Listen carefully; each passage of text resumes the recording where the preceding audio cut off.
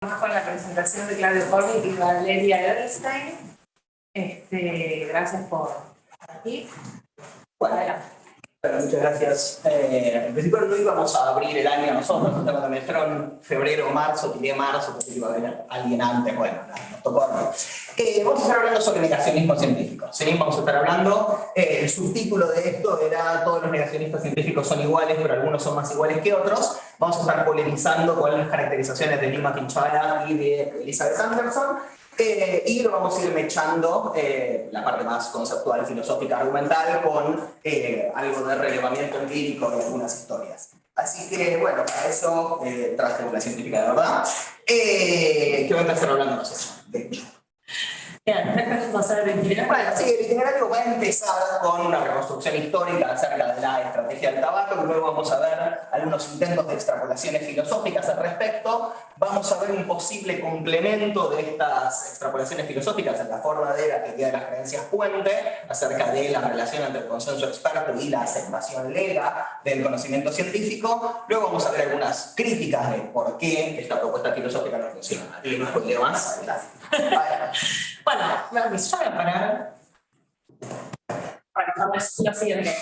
Más o menos en la década del 50, y 1950 por ahí, las empresas tabacaleras se empezaron a encontrar con un problema. El problema era que empezó a aparecer mucha evidencia, abrumadora evidencia, acerca del vínculo entre el tabaquismo y el cáncer de pulmón. Y obviamente la industria tabacalera no quería perder el negocio y quería que la gente siguiera fumando, y no sabían muy bien qué hacer para contrarrestar esta evidencia que estaba apareciendo. Y entonces empezaron a contratar a empresas que se dedicaban al marketing. Y empezaron a pensar distintas estrategias, y una de las estrategias que surgió fue contratar médicos, pero tenemos los avisos publicitarios, pagarles para que dijeran que no había ningún problema con fumar. Pero esto no era suficiente, parecía no alcanzar. Y entonces, y esto lo descubrimos mucho tiempo después cuando se abrieron los archivos, y en particular en un memorando de 1969 en una empresa apareció una frase que era: la duda es nuestro producto. Apareció esta estrategia, que se pasó a conocer como la estrategia del tabaco, y que consistía en atacar el consenso científico, en socavarlo, no en negar la existencia de la evidencia, sino en decir, bueno, en realidad no está todo el mundo de acuerdo, no toda la comunidad científica piensa esto. Entonces este ataque al consenso científico empezó a sembrar dudas en donde no las había, porque la gente estaba saldada al respecto. Empezó a generar una controversia que no existía. Y esta estrategia del tabaco fue muy rápidamente adoptada por otras industrias. Más o menos para 1980 empezaron a haber muchos casos, en realidad ya venían habiendo muchos casos, pero en 1980 teníamos un registro de más de 550 casos de enfermedad de raíz en niños y niñas. La enfermedad de raíz es una enfermedad que afecta al hígado y que puede afectar al cerebro y puede llegar a la muerte, ocasionar consecuencias mortales. Y esta enfermedad, la comunidad médica ya sabía desde hace mucho tiempo que si una persona consumía aspirina mientras cursaba una enfermedad viral, tenía mucha más probabilidad de desarrollar el síndrome de Raynaud. Y les digo, en 1980 teníamos más de 550 casos registrados de esta enfermedad. Recién en 1986 la FDA obligó a la industria farmacéutica a incorporar en los envases de aspirinas una etiqueta que alertara sobre esta situación. ¿Cómo puede ser? ¿Cómo pudieron pasar tantos años en el medio entre que se sabía fehacientemente que esto pasaba y que se empezó a alertar al público? Bueno, lo que pasó en el medio fue la estrategia del tabaco. Lo que pasó en el medio fue que la industria farmacéutica se encargó de socavar el consenso. Y de vuelta, decir, bueno, no están todos los médicos y las médicas de acuerdo en que es la aspirina la que puede provocar un aumento de las probabilidades de cursar una enfermedad compleja. Y esta estrategia del tabaco, algo que la industria aprendió muy rápido, es a debatir la ciencia en lugar de debatir la política, no solamente vino de la mano de empresas de marketing y de las industrias, sino también de la mano de muchos investigadores, en particular, algunos que se hicieron caras visibles de las campañas. Uno de ellos fue este señor que está acá, Frederick Seitz. A Frederick Seitz le debemos, en gran parte, al día de hoy, que una mayoría importante en Estados Unidos sea negacionista del cambio climático. Frederick Sides, en los últimos años de su trabajo académico, él era un físico. No sé qué pasó. Él era un físico que trabajaba en una universidad y poco tiempo antes de dejar su carrera académica empezó a trabajar como asesor en una de estas industrias tabacaleras, una de estas compañías tabacaleras, que estaba en el pleno auge de la estrategia del tabaco, y poquito tiempo después fundó un instituto que se llama Instituto George Marshall, que en principio estaba destinado a promover algunas estrategias de defensa de la administración de Reagan, pero que en los 90, en la década del 90, se convirtió en un think tank del negacionismo del cambio climático.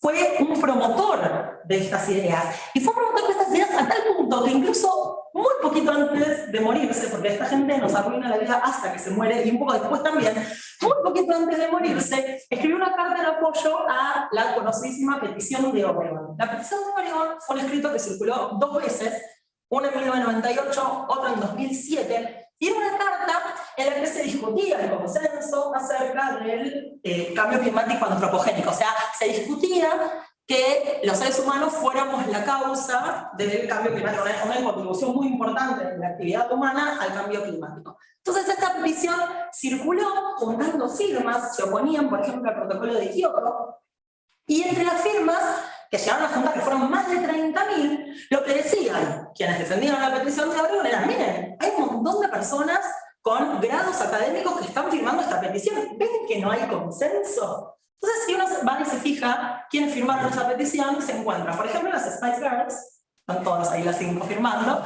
está Charles Darwin, porque cualquiera podía firmar esa petición, pero también es cierto que hay un montón de personas con grados académicos.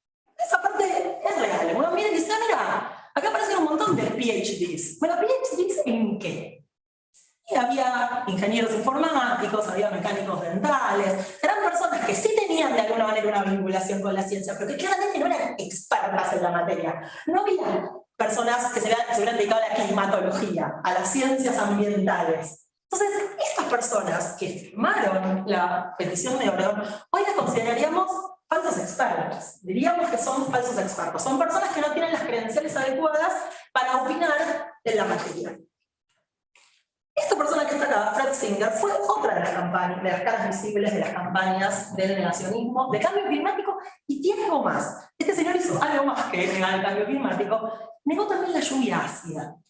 La lluvia ácida no fue un problema hasta más o menos la década del 60 o del 70, no se consideraba que era un problema al que había que prestarle atención, pero en ese momento se hicieron algunos experimentos en un bosque, es un bosque experimental, está creado específicamente para poder hacer experimentos científicos, y se hicieron unos experimentos en este bosque que está en Estados Unidos, y se vieron las consecuencias devastadoras que tenía la lluvia ácida sobre los animales, otros seres vivos y sobre el medio ambiente. Entonces, en ese momento dijeron: quizás hay que empezar a prestar un poco de atención a la lluvia ácida. Por ejemplo, tenemos del lugar de dónde viene. Entonces, las primeras hipótesis fueron volcanes. Las emisiones volcánicas son las que causan lluvia ácida. Bueno, si son volcanes, mucho no podemos hacer. Empezaron a hacer otros experimentos y dijeron: no, no son los volcanes. O sea, no tenemos, los registros nos muestran que no pueden ser los volcanes los que estén causando este aumento tan marcado de la acidez en la lluvia. Entonces dijeron: no, no son los volcanes. ¿Qué son? Son las emisiones de las fábricas. Las fábricas, las centrales eléctricas y las fábricas emiten gases que tienen nitrógeno y azufre. Eso llega a la atmósfera, y cuando llega a la atmósfera se generan un par de reacciones químicas que hacen que eso caiga con la lluvia como ácidos. Ácido nítrico, ácido sulfúrico, y eso es un problema. Nadie quiere estar bañándose en ácido nítrico o ácido sulfúrico. Entonces, como eran las emisiones de las fábricas las que estaban causando esto, aparentemente lo que dijeron fue: bueno, organizamos una comisión para tratar de pensar políticas públicas, veamos si vale la pena establecer algún tipo de ley que regule las emisiones. Y lo llamaron a este señor Fred Singer, que mostrábamos antes, que era un activista en contra del cambio climático y que también era un activista en contra de la lluvia ácida. Y este señor, que era profesor de ciencias ambientales, además de físico, se encargó de convencer a la comisión de que, otra vez, no había consenso científico al respecto. Y durante la administración de Reagan se rechazaron más de 70 propuestas para establecer leyes contra la lluvia ácida. Y eso cambió recién cuando asumió Bush. Y fue porque Canadá pegadito a Estados Unidos y que estaba sufriendo lluvias ácidas por culpa de las emisiones de Estados Unidos, amenazó con generar un conflicto internacional. Entonces, cuando eso pasó, dijeron, bueno, está bien, estamos haciendo un tipo de política, y se empezaron a regular las emisiones. Pero al día de hoy, todavía hay negacionistas de la lluvia ácida y los efectos siguen siendo devastadores.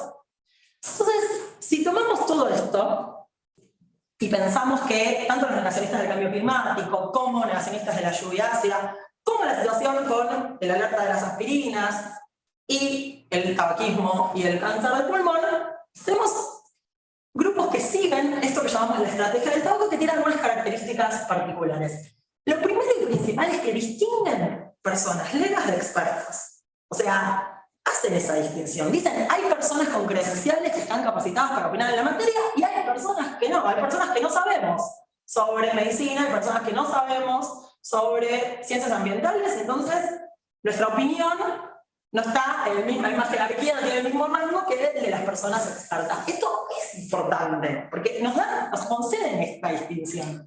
Hay algo más que hacen los negacionistas del cambio climático siguiendo la estrategia del tabaco, que es reconocer el valor probatorio del consenso entre personas expertas. Y eso es fundamental, porque lo que nos dicen es, si existiera el consenso, lo aceptaríamos. Pero el problema, ¿cuál es? El problema es que no existe ese consenso. O sea, los negacionistas del cambio climático dicen, no hay consenso entre la comunidad de climatólogos y climatólogas. Si existiera ese consenso, yo sí lo aceptaría. Pero el problema es que no hay. Y es lo mismo que hacían las tabacaleras. No, bueno, si la comunidad médica aceptara que hay un problema, que fumar causa cáncer del pulmón, nosotros dejaríamos de producir cigarrillos. Pero ese consenso no existe. Entonces, la estrategia del tabaco se basa en eso, se basa en socavar el consenso científico, se basa en negarlo, se basa en negar que exista. Entonces, si hacemos un cuadrito en el que comparamos a todo esto que estuvimos charlando hasta recién, fíjense que tenemos la columna de tabaquismo y cáncer del pulmón, la de negacionismo del cambio climático y lo que llamaríamos la ciencia mainstream, ¿no? La ciencia que acepta el consenso científico. Algo interesante, ¿por qué pusimos la primera fila? La primera fila dice a qué se opone. Eso lo pusimos porque estos discursos de los que estuvimos hablando recién, negacionismo del cambio climático, negacionismo de la lluvia ácida, algunas cosas que vamos a ver en breve, son discursos anticientíficos, se oponen claramente a la ciencia, en este caso a la medicina, a las ciencias de la atmósfera, se distinguen de otros discursos pseudocientíficos que se presentan como complementarios, como la astrología, por ejemplo, que también trabajamos sobre astrología, pero eso es para otra historia, y la homeopatía también, ¿no? Que no se presentan tanto como anti, sino como esta es una alternativa que complementa estas otras prácticas, ¿no? Entonces, acá en este caso estamos hablando de discursos anticientíficos, que se oponen claramente a la ciencia. Fíjense que en todos los casos se reconoce el valor de personas expertas, ¿no? O sea, existe esta distinción. En todos los casos, el consenso científico se considera probatorio. ¿Dónde está la diferencia? Y la diferencia está en la última fila, en que se reconozca o no la existencia de ese consenso. Y ni los negacionistas del cambio climático, ni quienes niegan el vínculo entre el tabaquismo y el cáncer, reconocen la existencia de ese consenso, y esto va a ser muy importante, y lo vamos a repetir una y otra vez a lo largo de la charla, porque aquí es donde vamos a estar viendo las diferencias entre los distintos discursos anticientíficos. Entonces, bueno, pasemos al siguiente momento, ¿no? Que es la tentación filosófica de extrapolar a partir de un caso bien conocido, lo que mencionamos modélico, paradigmático, y extrapolamos, ¿no? Con los consabidos riesgos que tienen las extrapolaciones, ¿no? Esto nos puede llevar en la dirección equivocada, como nos recuerda Casey nos recuerda los riesgos de la extrapolación. Sí, vamos a ver que estos esfuerzos filosóficos por extrapolar fracasan de Homero miserablemente. ¿Por qué? Veamos primero el ejemplo de Lee McIntyre, ¿no? Que metió 3 libros a falta de uno en los últimos 5 años sobre posverdad, negacionismo científico, la actitud científica contra los adversarios de la ciencia, etcétera, etcétera, y que representa un caso paradigmático de este intento de extrapolar a partir de un tipo de negacionismo científico bien conocido. ¿Qué es lo que nos dice McIntyre? Bueno, por un lado va a tratar de caracterizar los discursos negacionistas en este libro, How to Capture Science in Gaia, y va a tratar de ofrecer vías para contrarrestar la influencia de estos discursos en el mundo real. Se va a pretender también que está ofreciendo algo que sea psicológicamente eficaz. contra estos discursos. Y lo que va a decirnos, un tanto sorprendentemente, prima facie, es que discursos que en principio parecieran muy distintos, terraplanismo, antivacunación, diseño inteligente, negacionismo del cambio climático, son todos lo mismo. Uno percibe un patrón, sus estrategias son todas las mismas. Pusimos muchas citas de esto, pero es tan fuerte que temíamos que creyeran que estamos discutiendo contra un hombre de paja. No, dice esto y dice esto, ¿no? Entonces, fíjense, hace, por un lado, una equiparación de todos los negacionismos entre sí, y por otro lado, una equiparación de esos negacionismos con 5 rasgos que él identifica en la estrategia del tabaco. ¿Sí? Entonces dice, bueno, esto que encontramos en la estrategia del tabaco, luego se adapta convenientemente a todas las formas de negacionismo científico. Bueno, ¿cómo llegamos a decir algo tan fuerte como esto? ¿Qué historia podemos contar que nos lleve a este resultado desafortunado? Bueno, un día, porque es gratis y porque es legal, 2 hermanos dijeron, che, me parece que, sin hacer ningún tipo de relevamiento empírico de nada, no hay ningún relevamiento exhaustivo, podríamos subir cosas que se nos ocurren a un blog, ¿no? 2 hermanos, los hermanos Hufnagel, dicen, che, se me ocurrió subir 5 características que me parece que tienen los discursos negacionistas a un blog. Bueno, está bien, no es un trabajo académico, es un blog. Yo puedo subir cosas a un blog y nadie tiene por qué pedirme nada. Parece que después esto es una especie de paralelismo del lavado de dinero, ¿no? Es lavado académicamente por un paper de Wilhelm y McKee, que tiene, no sé, fue citado como 800 veces este paper, es como el paper sobre negacionismo científico, cuya base es la cosa que dijeron, porque les pintó a los hermanos Hufnagel en el blog. Entonces, Wilhelm y McKee dicen esto y lo avalan académicamente, basándose en esta publicación original, con lo cual esto empieza a cobrar rango académico. La idea era, no, bueno, pero tenemos las características del negacionismo científico, están acá. Y luego, como si esto fuera poco, esto es canonizado por la Organización Mundial de la Salud, que cita a Wilhelm y McKee citando al blog. Entonces la Organización Mundial de la Salud dice, no, pero estas son las características del negacionismo científico. Hay un manual, por ejemplo, de cómo responderle a los antivacunas, donde de forma totalmente acrítica dice, ustedes sigan los lineamientos de estos muchachos que tienen la posta, ¿no? Esto escaló realmente rápido. Y esto sigue, porque después viene John Cook, que es un investigador del cambio climático y de la comunicación sobre el cambio climático, y populariza esta caracterización presuntamente universal de todo el negacionismo científico en forma del acrónimo FLIC, ¿no? Que ya per se, aparte de la poca evidencia empírica que subyacía a la formulación inicial de la propuesta, es un tanto desprolijo, ¿no? O sea, fíjense que las categorías son fake experts, o sea, falsos expertos, falacias lógicas, establecimiento de expectativas imposibles, ahora me detengo en eso, cherry picking, o sea, selectividad, y teorías de la conspiración, ¿no? Es un poco desprolija esta caracterización porque, por ejemplo, el recurso de teorías de la conspiración no nos dice por sí mismo qué es lo que es epistémicamente o lógicamente ilegítimo ahí, y porque falacias lógicas parece solaparse con varios puntos más concretos. Por ejemplo, el recurso a falsos expertos se podría decir que es una forma falaz de hacer recursos por testimonio experto, ¿no? O por argumentos de la posición para saber, ¿no? Lo de las expectativas imposibles se refiere a la técnica usual entre los negacionistas de plantear una especie de doble estándar en virtud del cual, si se me ocurre alguna remota posibilidad de que el consenso científico esté en un error, ¿no? Entonces yo voy a considerar eso como probatorio de mi propia posición, y para mi propia posición coloco estándares mucho más débiles, ¿no? O sea, piensa por ejemplo en los terraplanistas. Mientras exista alguna remota posibilidad de que esté trucada la evidencia de que la Tierra es una esfera achatada en los polos, bueno, considero eso automáticamente como evidencia de que la Tierra es plana, ¿no? Exijo a la ciencia un estándar probatorio altísimo. Ahora, incluso en la propuesta de los hermanos Hufnagel, esta caracterización presuntamente universal podía entenderse quizás en términos de, bueno, algunos negacionistas recurren a algunas de estas técnicas, otros a otros, eso todavía admite cierto grado de aberración. La versión on steroids de este modelo FLIC, que es la que nos propone McIntyre, ¿no? Es la versión dura del modelo FLIC, es la que nos dice que todos los discursos negacionistas recurren a todas estas técnicas, ¿no? Entonces, los 5 tropos del negacionismo científico estarían presentes en cada uno de estos discursos, cada uno de los capítulos, ¿no? Toma una forma de negacionismo científico y trata de mostrar cómo los 5 tropos se realizan en ella.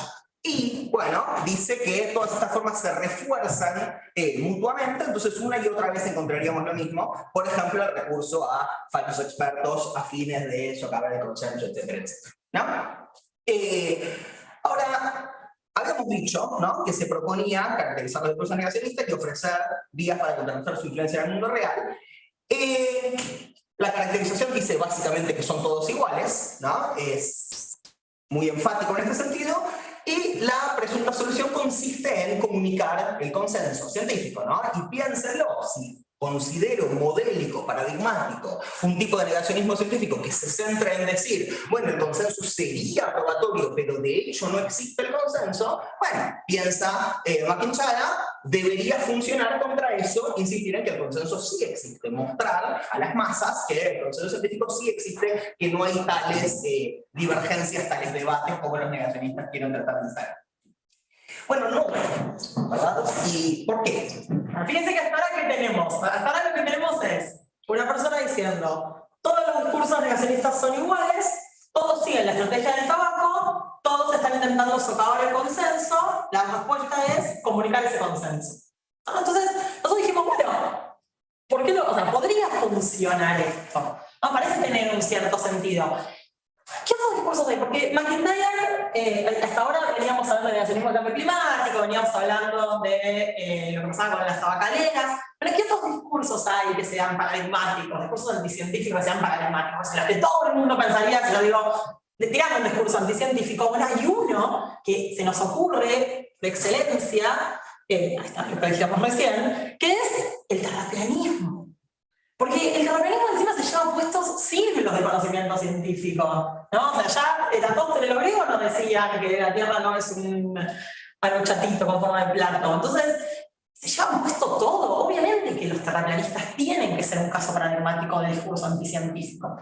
Entonces, si McIntyre tiene razón en su propuesta, deberíamos poder encontrar estos 5 tropos, o por lo menos esta característica de socavar el consenso, en los discursos de los terraplanistas. Y de hecho, McIntyre abre su libro con los terraplanistas. Es el primer capítulo. McIntyre dice, yo fui a la conferencia terraplanista y fui a charlar con la gente que está ahí. Nosotros, de hecho, estuvimos buscando para ir a la conferencia terraplanista y no hubo porque pandemia y demás, así que si escuchan alguna vez que hay una conferencia, avísennos porque estamos queriendo ir. McIntyre fue antes de la pandemia, habló con los terraplanistas y en el libro caracteriza los discursos de estas personas. Y estas personas coinciden mayoritariamente en decir, sobre todo, si no lo creo, no lo creo, si no lo veo, no lo creo. Entonces, ¿a qué apuntan los terraplanistas? Los terraplanistas dicen, yo puedo salir al mundo, hacer mis propios experimentos, no tengo que creerle a nadie, porque por mí mismo soy capaz de ir a ver que la Tierra es plana. Ahora, ese discurso es un discurso que podríamos enmarcar en un individualismo epistemológico fuertísimo. Los terraplanistas no hacen ninguna distinción entre personas legas y expertas, porque consideran que todas las personas podemos de primera mano ir a evaluar lo que nos dice la astronomía, lo que nos dice la geología. Y eso ya de por sí marca una diferencia enorme con los negacionistas del cambio climático. Los negacionistas del cambio climático se basaron en la petición de Oregón, aduciendo que había un montón de expertos firmando. Que después para falsos expertos es otra historia. Pero aducían eso. Acá los terraplanistas nos dicen, no, vos tenés que salir y probar, salir y hacerlo. Lo podés hacer vos, lo puede hacer cualquiera. Entonces, esa es una diferencia enorme. Y por otro lado, no niegan la existencia del consenso científico. Y esta es otra diferencia gigante. Los terraplanistas dicen, sí, claro que todo el mundo dice que la Tierra es una esfera chatada en los polos. Por supuesto que existe un consenso científico, porque todos los científicos son parte de una conspiración. Entonces no lo niegan. Simplemente dicen que ese consenso científico no es probatorio. No es probatorio de nada.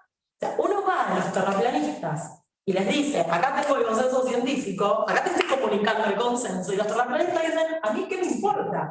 Ese consenso es producto de una conspiración.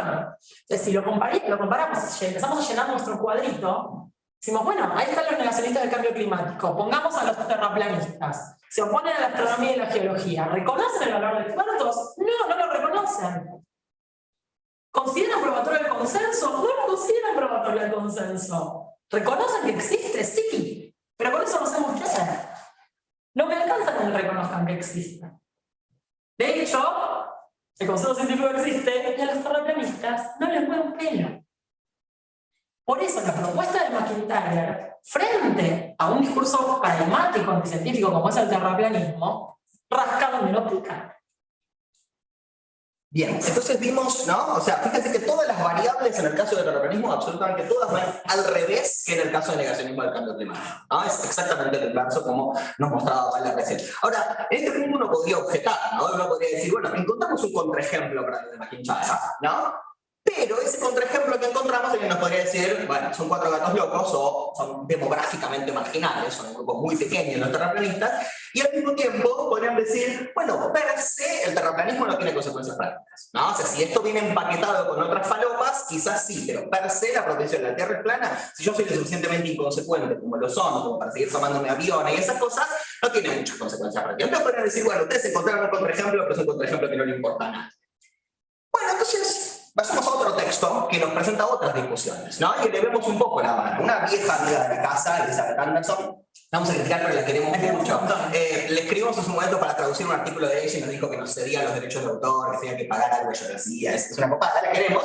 Pero bueno, en este punto vamos a tener que discrepar con la tía Anderson.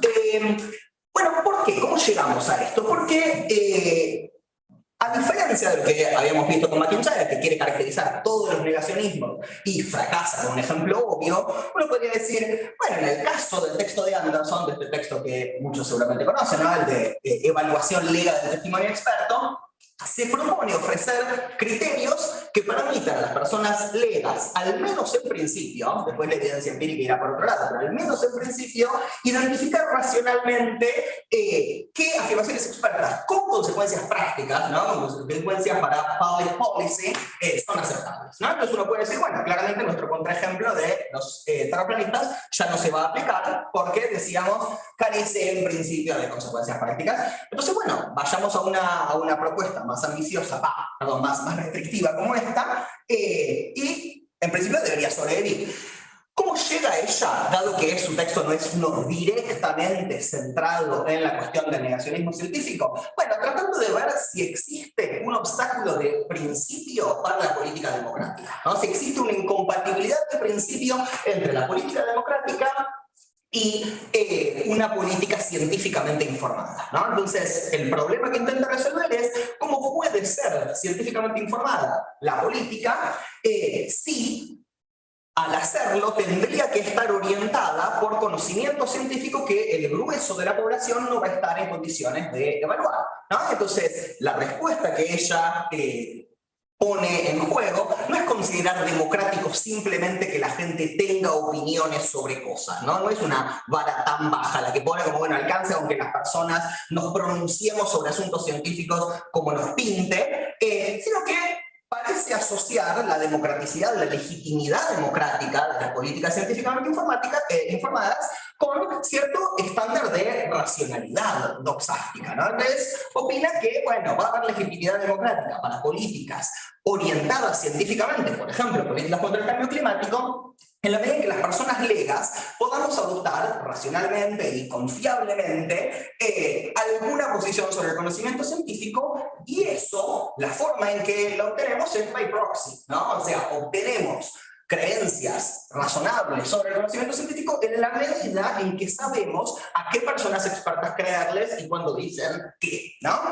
Y en consecuencia, la propuesta del artículo es ofrecer criterios aplicables por personas legas, por cualquier persona que tenga una secundaria completa y acceso a Internet, de confiabilidad de los testimoniantes y de consenso en sus afirmaciones respecto del corpus en el área, ¿no? Entonces, bueno, propone un criterio de confiabilidad, un criterio general de confiabilidad que se desglosa en 3 subítems. Ante todo, plantea la cuestión de la experticia, lo que vimos que no satisfacían los firmantes de la petición de Oregon, un estándar de honestidad que, por ejemplo, no cumplían quienes tenían conflictos de intereses con las tabacaleras porque estaban a sueldo de ellas, un estándar de responsabilidad epistémica que nos exige que seamos responsables prácticamente en la práctica de dar y recibir razones, que nuestros textos sean evaluados por pares, que respondamos a críticas, etcétera, etcétera, Y luego de identificar a partir de estos criterios qué testimoniantes son confiables, bueno, habría que determinar si lo que dicen estos testimoniantes es acorde al consenso que podemos encontrar a partir de, por ejemplo, metaestudios o de declaraciones de instituciones como el IPCC, ¿no? Entonces, bueno, pareciera que con esto, ¿no? Anderson nos propone estándares muy claros para rechazar racionalmente ciertos discursos negacionistas, o bien porque provienen de una fuente no confiable, como es el caso obvio de la petición de Oregon, ya no pasan ni siquiera este primer filtro, o bien porque incluso cuando provienen de fuentes confiables, no encajan con el consenso y entonces tenemos buenas razones para rechazarlos, ¿no? Entonces, bueno, aparentemente está todo bien, ¿no? Ya está, tenemos todas las soluciones, sabemos todo lo que hay que hacer, ¿no? Digo, fíjense, teníamos esto y se tratará simplemente de aplicar, ¿no?, a la inversa esto mismo. Si esta gente se dedica a negar el consenso, bueno, mostremos que el consenso realmente existe y mostremos que una pequeña minoría, en todo caso, de disidentes no es suficiente para desacreditar ese consenso, y con eso ya tenemos buenos argumentos racionales para rechazar los discursos negacionistas. Si ustedes se fijan, de hecho, además hay evidencia empírica que avalaría la propuesta de Anderson, que es provista por la psicología experimental en la forma de la teoría de las creencias fuentes, ¿no?, a la que apelan tipos como Lewandowski, Van der Linden, Maybach y demás. ¿Qué es lo que nos dice la teoría de las creencias fuentes? Nos dice que para las personas legas constatar que existe un consenso experto sobre una proposición P funciona como un puente, ¿no?, como una base epistémica, de nuevo, by proxy, para la aceptación de la propia proposición P, aunque las personas legas no podamos evaluar P de primera mano. De hecho, no hay un total acuerdo en torno a la teoría de las creencias fuentes, porque hay un modelo rival, que es el de la Cultural Cognition, defendido por Van Cahan, entre otros, pero hay buena evidencia empírica a favor de la teoría de las creencias fuentes, entonces todo esto más o menos podría funcionar. Lo que dice este modelo rival de la cognición cultural contra la teoría de las creencias fuentes es que la existencia de consejos científicos solo llega a influir sobre las creencias del público no especializado en la medida en que no desafíe sus valores culturales. Por ejemplo, si vos sos un libertario opuesto a la intervención del Estado, aparentemente, según el modelo de la cognición cultural, no influiría sobre vos que te comuniquen al consejo científico sobre el cambio climático, pero, insisto, la teoría de las creencias fuentes parece tener mejor aval empírico que su rival. La ironía del asunto, este es el plot twist, es que Anderson, en vez de apelar a la teoría de las creencias fuentes, apela al modelo rival, menciona la teoría de la cognición cultural sin señalar que ha sido profundamente desafiada por la teoría de las creencias fuentes. Y eso es raro en el artículo porque la hace decir en la sección 4 que lo que ella misma propuso en las secciones 2 y 3 no funciona. Pero si nosotros corregimos a Anderson contra ella misma, ¿no?, y apelamos en su ayuda a esta evidencia proveniente de la psicología, bueno, podemos decir que está todo resuelto, tenemos un modelo que nos permite racionalmente formar creencias sobre cuestiones especializadas, y tenemos un modelo que evidentemente funciona en la práctica, ¿no? Entonces estaría todo bien. Nuevamente tomando como ejemplo, como caso modélico, el negacionismo del cambio climático, y ya no estando sujetos al contraejemplo que serían los terraplanistas, porque esto no tiene consecuencias prácticas. Entonces, al menos para lo que importa en la práctica, bueno, todo esto funciona. ¿No? Más o menos, está muy bien. O sea, ya es un montón de información todo esto, yo sé que es un montón de información, pero básicamente lo que tenemos hasta ahora entonces es la estrategia de las tabacaleras, McIntyre que nos dijo, todo se aplica a todo, es fantástico, nosotros le dijimos, no, mirá, el terraplanismo no encaja ni de casualidad con esto. Anderson, que tiene una propuesta un poco más restrictiva, que dice, nada, vamos a lo que solamente tenga consecuencias prácticas. A los terraplanistas dejámonos afuera. Entonces le compramos eso, decimos, bueno, está bien, esta propuesta va a los discursos con consecuencias prácticas, tiene una serie de criterios que tenemos que seguir. Si fuéramos personas legas, diríamos, bueno, a ver, los criterios de confiabilidad de estas personas que enuncian, ¿se cumplen? ¿Son expertas? ¿Son honestas? ¿Tienen responsabilidad epistémica? ¿Responden al consenso? Bueno, si todo eso se cumple, es justificable que yo pueda aceptar eso que está enunciando. ¿No? Hasta ahí veníamos bárbaro. Aparece esto de la cognición cultural y la teoría de las creencias fuentes, que bueno, que creemos que Anderson elige mal el modelo en el que está trabajando, pero se lo damos, le decimos, toma, usa el modelo de la gerencia fuente y con eso estamos bien. O sea, si a la gente le insistimos con el consenso, la gente va a aceptar el consenso, y eso sería racional, entonces hasta acá está todo bien. Y entonces, ¿qué dijimos? Dijimos, buenísimo, tenemos una propuesta que encaja, debería funcionar con otro discurso paradigmático, anticientífico. Venimos atravesando 2 años de pandemia, surgieron por todos lados, crecieron como hongo después de la lluvia, que son los antivacunas. ¿Funcionará con los antivacunas? No, tampoco. ¿Qué pasa con los antivacunas? El título de esta sección es "La intención ha sido buena, el resultado la desvaloriza", y voy a hacer un pequeño excursus, no me lo que me enseñó él. Porque esta frase es de una científica argentina que se llamaba Getty Bertoldi de Pomar, que fue una de las primeras geólogas argentinas, y fue lo que le respondió a un diario cuando sacó una nota mal escrita sobre el río Pilcomayo y Santa Fe, y ella era muy estricta con esas cosas, y escribió una carta de lectora diciendo: "La intención ha sido buena, el resultado la desvaloriza", que para mí aplica tantas cosas que la tomé como moto en la vida. Así que la intención de Anderson ha sido buena, lamentablemente el resultado la desvaloriza. ¿Qué pasa con los antivacunas? Los antivacunas no son nuevos en el mundo, los antivacunas existen desde que existen las vacunas. O sea, las primeras vacunas se desarrollaron a fines del siglo XVIII. Edward Jenner fue uno de los pioneros al respecto, desarrolló la vacuna contra la viruela, y junto con el desarrollo de las primeras vacunas aparecieron los primeros grupos antivacunas, que decían, por ejemplo, que obligar a las personas a vacunarse era atentar contra sus libertades personales, que decían que la convivencia entre el gobierno y los productores de vacunas, que decían que las vacunas no eran seguras y efectivas porque se habían probado poco. Y si todo esto les suena es porque los discursos de los antivacunas actuales van más o menos en la misma línea, ¿no? Dicen cosas muy diferentes, con las salvedades de que ahora dicen que nos implantan chips para captar el 5G y controlarnos como robots humanos, pero más o menos la idea es la misma, dicen exactamente lo mismo. Y entonces, queriendo tratar de encajar a los antivacunas en esta propuesta, a ver si funcionaba o no funcionaba, un sábado a la noche, estábamos a gusto real, un sábado a la noche dijimos: vamos al cine o nos dedicamos a relevar posteos antivacunas para ver qué pasa con los criterios de Anderson. Y nos dedicamos a relevar posteos antivacunas. No lo hagan, no lo recomendamos, es un agujero de conejo. Cuando entra ahí ya no puede salir, pero la idea era, si seguimos los criterios de Anderson, que dice que podemos rechazar racionalmente estos discursos porque o no vienen de expertos o la fuente es confiable pero van contra el consenso, ¿podemos atacar a los antivacunas en su propio terreno? Entonces, nos leímos todas las publicaciones del grupo Antivacunas Médicos por la Verdad, de Chile, de Perú y de Argentina, en Twitter.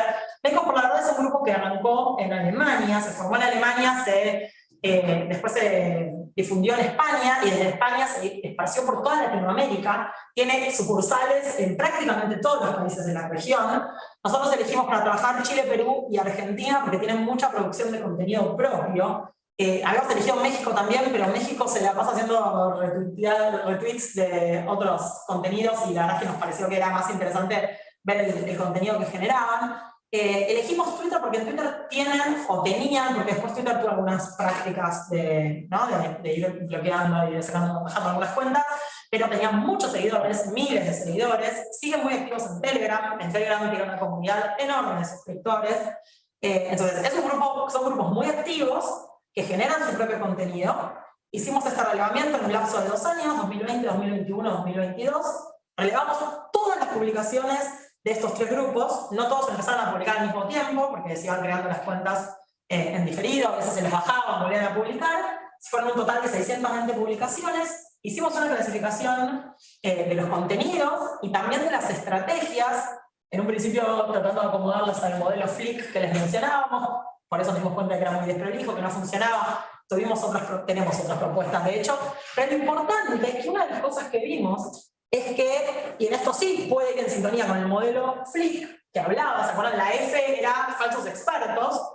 Vimos que efectivamente recurren a presuntos expertos en un porcentaje muy alto todos los grupos. O sea, es casi un 50% para Chile, 60 y pico para Perú y casi 40% para Argentina. O sea, esta gente recurre a presuntos expertos. Esa parte funciona. ¿Qué esperábamos esperamos encontrar? Y esperamos encontrar algo parecido a un escenario como el de la petición de Oregon.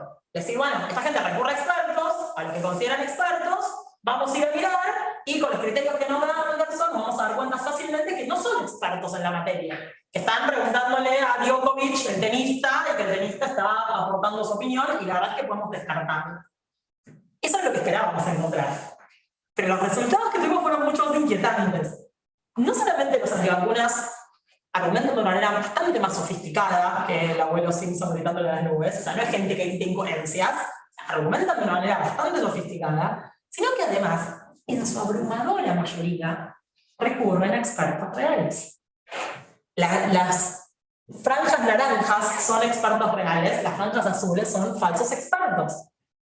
Y no pusimos una vara bajita, no dijimos, nos alcanza aunque sean médicos. Pusimos una vara muy alta, nos pusimos estrictos con el criterio. Dijimos, vamos a considerar que expertos reales son no solamente médicos o biólogos o genetistas, vamos a considerar que necesitamos que además tengan una especialización relacionada con vacunas, con producción de vacunas. Que sean, en un caso, médica neumonóloga, o que sean inmunólogos, o que hayan trabajado en producción de vacunas o conozcan las técnicas que se usan, la técnica PCR, que es la que se usaba para los test. Queremos gente que realmente no quede en duda de que son expertos. Con esa vara nos dieron estos resultados. Los antivacunas recurren a expertos reales. Hay varios, Luis Marcelo Martínez es uno, es un médico experto en genética. Y habla de PCR, que es su área de experticia. María José Martínez Albarracín, también es una experta. Hay una neumonóloga que salió, que se hizo muy conocida porque salió una nota en Clarín del Hospital Italiano, que era médica, neumonóloga, y decía que las vacunas tienen hidróxido de grafeno y que no se iban a convertir en robots humanos. Pero en términos de experticia, claramente están superando el criterio que nos propone Anderson. Entonces, uno mira y dice, bueno, expertos son, cumplen con ese criterio. Honestidad.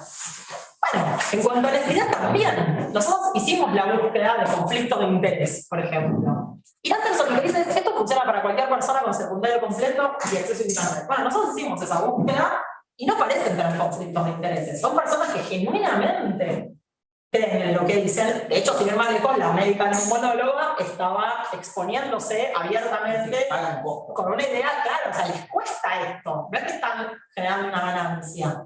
En donde fallaría el criterio que nos propone Anderson, donde fallaría el criterio de los antivacunas, es la responsabilidad epistemica. En general no tienen artículos publicados evaluados por pares, frente a las críticas no suelen responder con algún tipo de racionalidad dialógica, pero de todas maneras, y esto es algo central, el problema no está en la confiabilidad. El problema está en el consenso, el problema está en otro lado, porque los antivacunas, como no niegan la existencia del consenso, sino que dicen que el consenso no es probatorio. ¿No? En este camino están igual que los terraplanistas. Dicen, sí, claro que hay un montón de médicos, la Organización Mundial de la Salud, todas las organizaciones de salud del mundo llegan a un consenso, hablan de consenso, dicen, eso existe. El problema es que para nosotros ese consenso no es probatorio. Entonces, intentar convencer a los antivacunas de que el consenso es probatorio, de que la existencia mera de consenso es suficiente justificación para que adopten racionalmente ese consenso, es una petición de principio para ellos. Y eso es un problema. Y de hecho, hay un caso increíblemente resonante que nos muestra esto, porque este es Andrew Wakefield. Andrew Wakefield era un médico que en 1998 publicó un estudio muy conocido, muy relevante, en una revista muy prestigiosa, que era de Lancet, es de Lancet, un estudio en el que vinculaba la vacuna triple viral con el autismo. ¿No? Fue el que dio lugar a que al día de hoy haya muchísimas personas antivacunas que siguen sosteniendo que existe ese vínculo, aunque ya fue completamente desacreditado y el paper fue retractado. Pero bueno, este personaje que está acá, Andrew Wakefield, que hoy ya no tiene una licencia médica, fue el que generó todo esto a partir de la publicación del artículo. Y si bien podríamos decir hoy que esta persona no cumple los criterios de confiabilidad que nos da Anderson, porque no diríamos que es un experto, ahora ya tiene licencia médica, no diríamos que fue honesto, tenía un clarísimo conflicto de interés, le pagaba el bufete de abogados que defendía a las familias que habían hecho juicio porque consideraban que el hecho de que sus criaturas estuvieran dentro del espectro autista era consecuencia de la vacuna triple viral. Entonces, claramente no era una persona con honestidad en términos de los criterios que nos proporciona Anderson, y tampoco tenía responsabilidad epistemica, fallaba en todos los criterios Wakefield. Y sin embargo, justamente por ir en contra del consenso, que para Anderson sería un deal breaker, Anderson diría, mirá, está yendo en contra del consenso, no hay que escucharlo, pero el hecho de que fuera contra el consenso es lo que hacía, y sigue haciendo, que los antivacunas lo respeten más, porque lo consideran un héroe. Es una persona que se animó a decir lo que el resto de los logros repetidores no pueden decir. Es una persona que se animó a ir contra el consenso, que es una conspiración. Entonces, venir a esas personas y decirles, no, pero el consenso existe, tampoco les mueve un pelo. Entonces, la propuesta de McIntyre, que le seguimos pegando porque está ahí, podemos usarlo, y la propuesta de Anderson, otra vez, rasca donde no pica. Fíjense la columna de antivacunas. ¿Reconoce el valor de expertos? Sí. ¿Considera aprobatorio el consenso? No. Y ya está. Reconoce que hay un consenso, simplemente no lo considera aprobatorio. Entonces no sirve.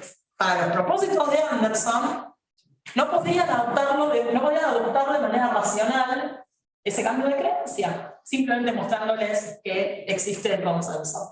Y esto se sigue de premisas bastante triviales, ¿no? O sea, al menos si aceptamos los requisitos de Anderson, ¿no? Porque Anderson asoció la democraticidad con la racionalidad, ¿no? O sea, ella no dice que simplemente se sea democrático cuando se implementa una política pública en la medida en que la población tiene de algún modo alguna opinión sobre eso, sino que pide que esa opinión pueda ser adoptada de forma racional. Pero si aceptamos eso, y si aceptamos que, bueno, por principio estamos hablando de casos en los cuales hay una polémica, por hipótesis estamos hablando de casos en los cuales hay una polémica, hay gente que sostiene que P, gente que sostiene que no P, y en consecuencia podríamos decir, esto también les parece bastante trivial, decidir racionalmente a favor de P requiere poder responder satisfactoriamente a los argumentos aducidos a favor de no P. Y si aceptamos otra premisa trivial, que es que cometer una petición de principio contra no P no es una forma satisfactoria de responder a quienes defienden no P, entonces, bueno, naturalmente no podemos decidir racionalmente a favor de P y contra no P cometiendo una petición de principio, y frente a un interlocutor conspirativo que, a diferencia de los negacionistas del cambio climático, no reconoce el carácter probatorio del consenso, sino que piensa que el consenso surge de una conspiración, y en consecuencia decirles, mirá, tenés que aceptar que las vacunas son confiables porque el consenso científico dice que son confiables, esto es naturalmente una petición de principio. Entonces, no es una forma de inducir racionalmente un cambio de creencia y, por lo tanto, no puede ser una base para democráticamente cambiar las creencias de los antivacunas y ponerlos en consonancia con el consenso científico. Entonces, una vez más, la propuesta de Anderson, rascado de lógica, apunta en la dirección incorrecta porque, de nuevo, una forma paradigmática de anticiencia, como lo son los antivacunas, no nos hace la concesión clave que los negacionistas del cambio climático sí nos hacen, que es que el consenso científico sea probatorio. Pasamos a la recapitulación. Entonces, bueno, recapitulando. Entonces, vimos la estrategia del tabaco, dijimos que se puede caracterizar a partir de 3 rasgos. Lo más importante es que niegan la existencia del consenso científico, ¿no? La estrategia consiste en socavar ese consenso científico existente, y los negacionistas lo que hacen es negar que exista el consenso científico, pero algunos nos conceden que si existiera el consenso, lo aceptarían como probatorio. Si complementamos algunos de estos enfoques con la teoría de las creencias fuente, podríamos decir, bueno, tenemos una estrategia que no solo sería racional, sino que sería eficaz, porque el grueso de la población, no toda, pero la mayoría de la población, se rige siguiendo un principio de, bueno, si hay consenso experto sobre P, entonces tengo una base para aceptar P. Pero incluso así tenemos formas paradigmáticas que nadie discutiría, que son casos emblemáticos de negacionismo científico, el terraplanismo y los antivacunas, que no siguen esta estrategia, simplemente no nos conceden que el consenso experto es probatorio y por lo tanto no vamos a atacarlo desde ahí. Entonces, si quisiéramos racionalmente discutir con estos discursos en su propio terreno, una posibilidad es no discutirlos, una posibilidad es simplemente ignorarlos y quizás, no sé, manipular emocionalmente a la gente que puede estar bajo su influencia, pero si consideramos que hay que responderlos en su propio terreno, como consideran Matinchaya y Anderson, entonces estas propuestas no funcionan porque no apuntan en la dirección. Así que bueno, muchas gracias a todos por su atención.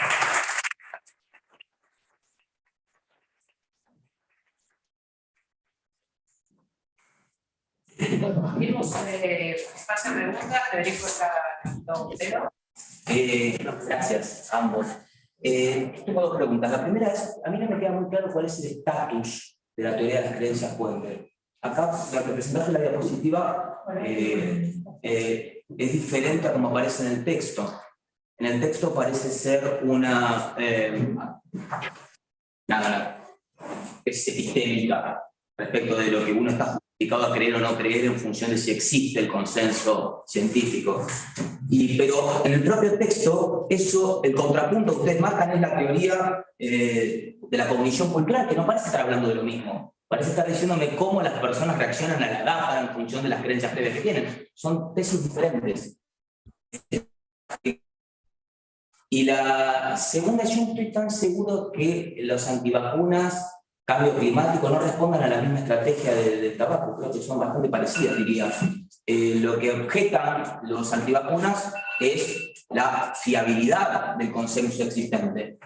Lo mismo que hacían las personas que están en contra de la tesis del cambio climático antropogénico. Dicen, sí existe el consenso, sí creo que el consenso, si fuera fiable, sería una base evidencial suficiente para afirmar algo, pero dado todos los intereses que hay detrás de la industria de las energías renovables, del imperialismo que no quiere que los países pobres se desarrollen, no es válido.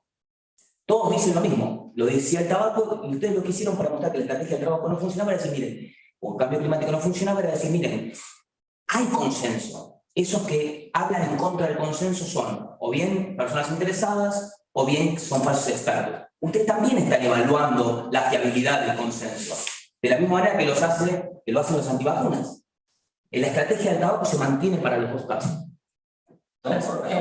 Es que son, no, yo lo que circuito que es que los negacionistas del cambio climático y las escaleras niegan que existe el consenso. Los antivacunas y los terraplanistas no niegan que existe. Que no es lo mismo decir que es fiable a decir que existe o no existe. Son como dos, por eso es que no decimos que no siguen la misma estrategia.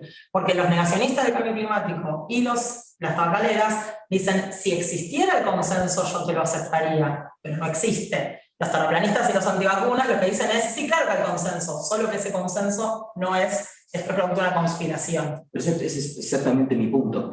Lo que pasaba en el caso de las tabacaleras es decir, mira, el consenso no existe. Lo que ustedes hacen, o el cambio climático, el consenso no existe. Si existiera, sería probatorio. Lo que ustedes hacen es decir, sí existe, porque esos que están en contra del consenso son personas interesadas o son falsos expertos.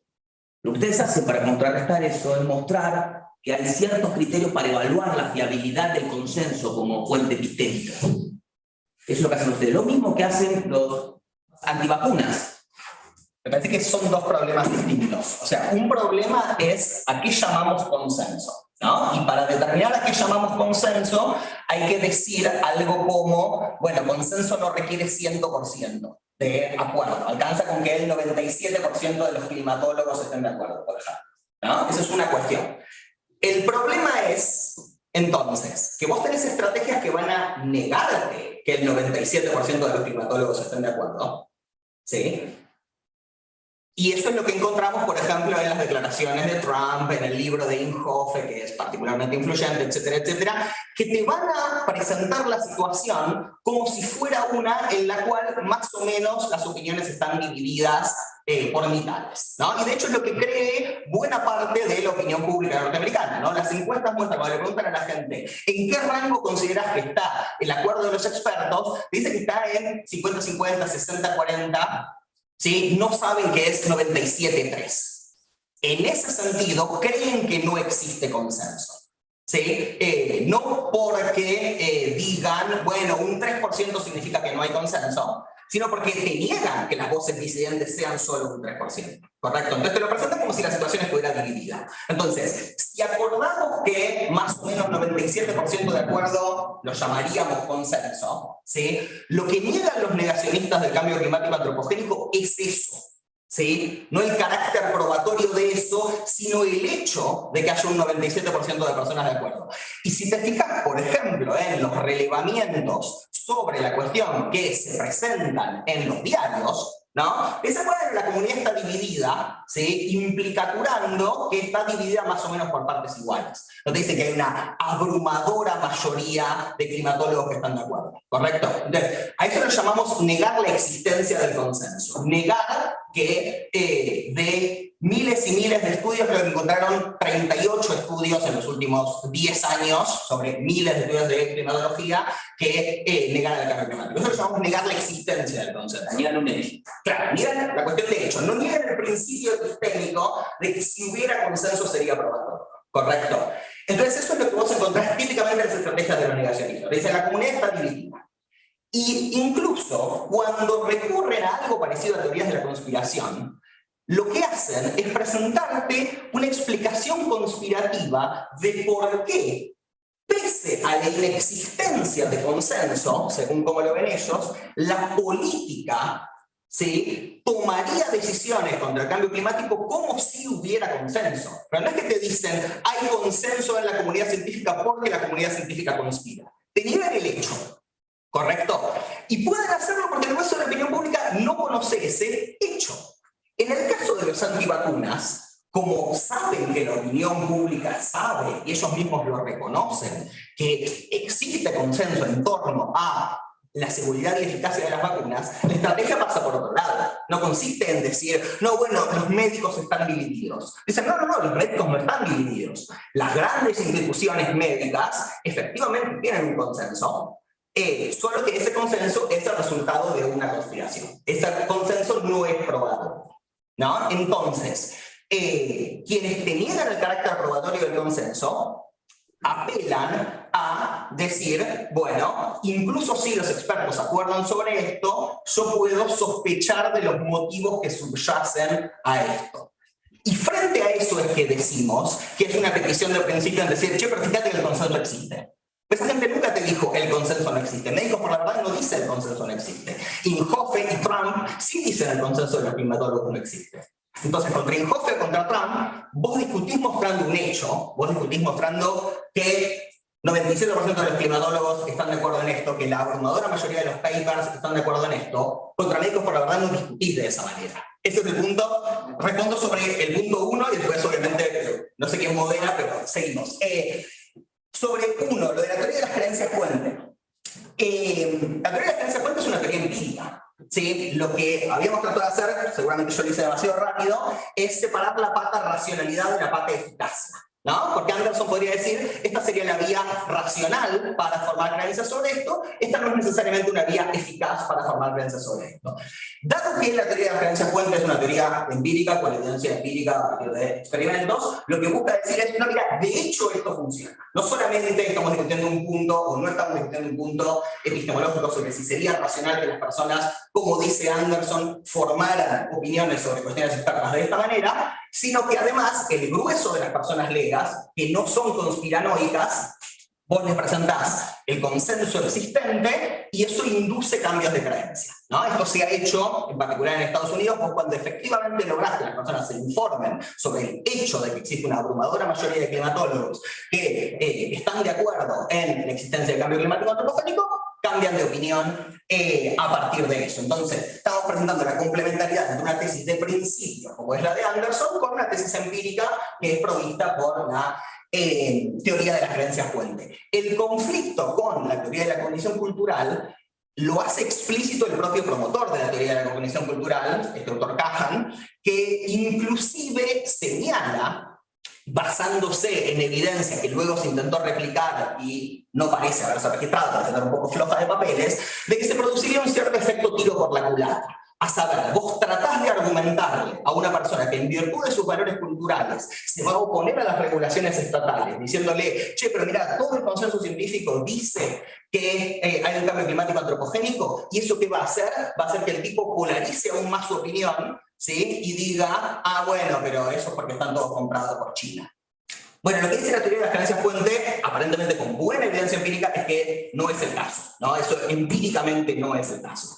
¿Sí? Pero eso no quita, y ese es nuestro punto, que puede haber un pequeño grupo irreductible de personas muy vocal, como dicen, que tenga una actitud de descreer del consenso. Puede haber grupos puntuales, esto no va a ser de masas, quizás, pero puede haber grupos puntuales frente a los cuales insistir en el consenso no funcione porque no discuten el hecho, discuten el carácter probatorio, ¿no? Eso es grosso modo lo que tratábamos de decir.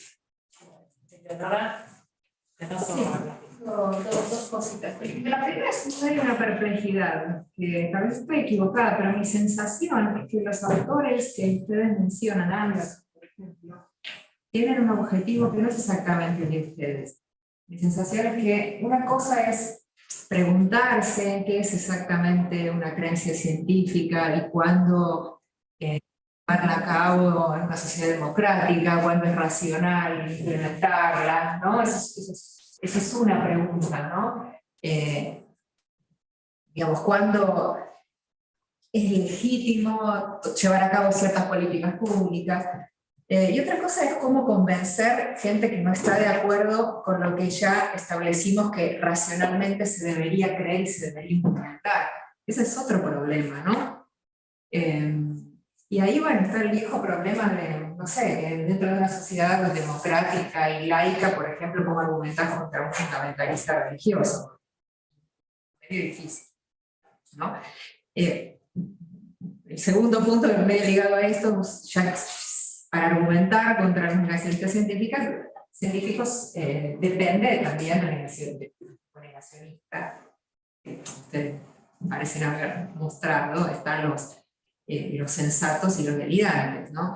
Y frente a los más sensatos, los que piensan que, bueno, el cambio climático en realidad, bueno, sí, qué sé yo, ahí sí puede ser una buena idea, como ustedes mismos dicen, ¿no? Mostrar el consenso. Y sé que hay algunos proyectos en marcha, que por ejemplo Peter Vickers está armando un proyecto a nivel planetario, así que va a salir para recabar cosas que piensan científicos de absolutamente todo el mundo sobre facts, ¿no? Y eso puede tener alguna función a la hora de convencer, pero es una pregunta distinta de qué es racional creer, ¿no? Y qué es racional implementar, pero podría llegar a tener alguna función a la hora de convencer a los negacionistas nacionales. ¿Pues contra los delirantes? Sí. ¿No? Sí. Bien. El punto es, en el texto de Anderson, pero No. yo me callo y perdón, no quiero pensar.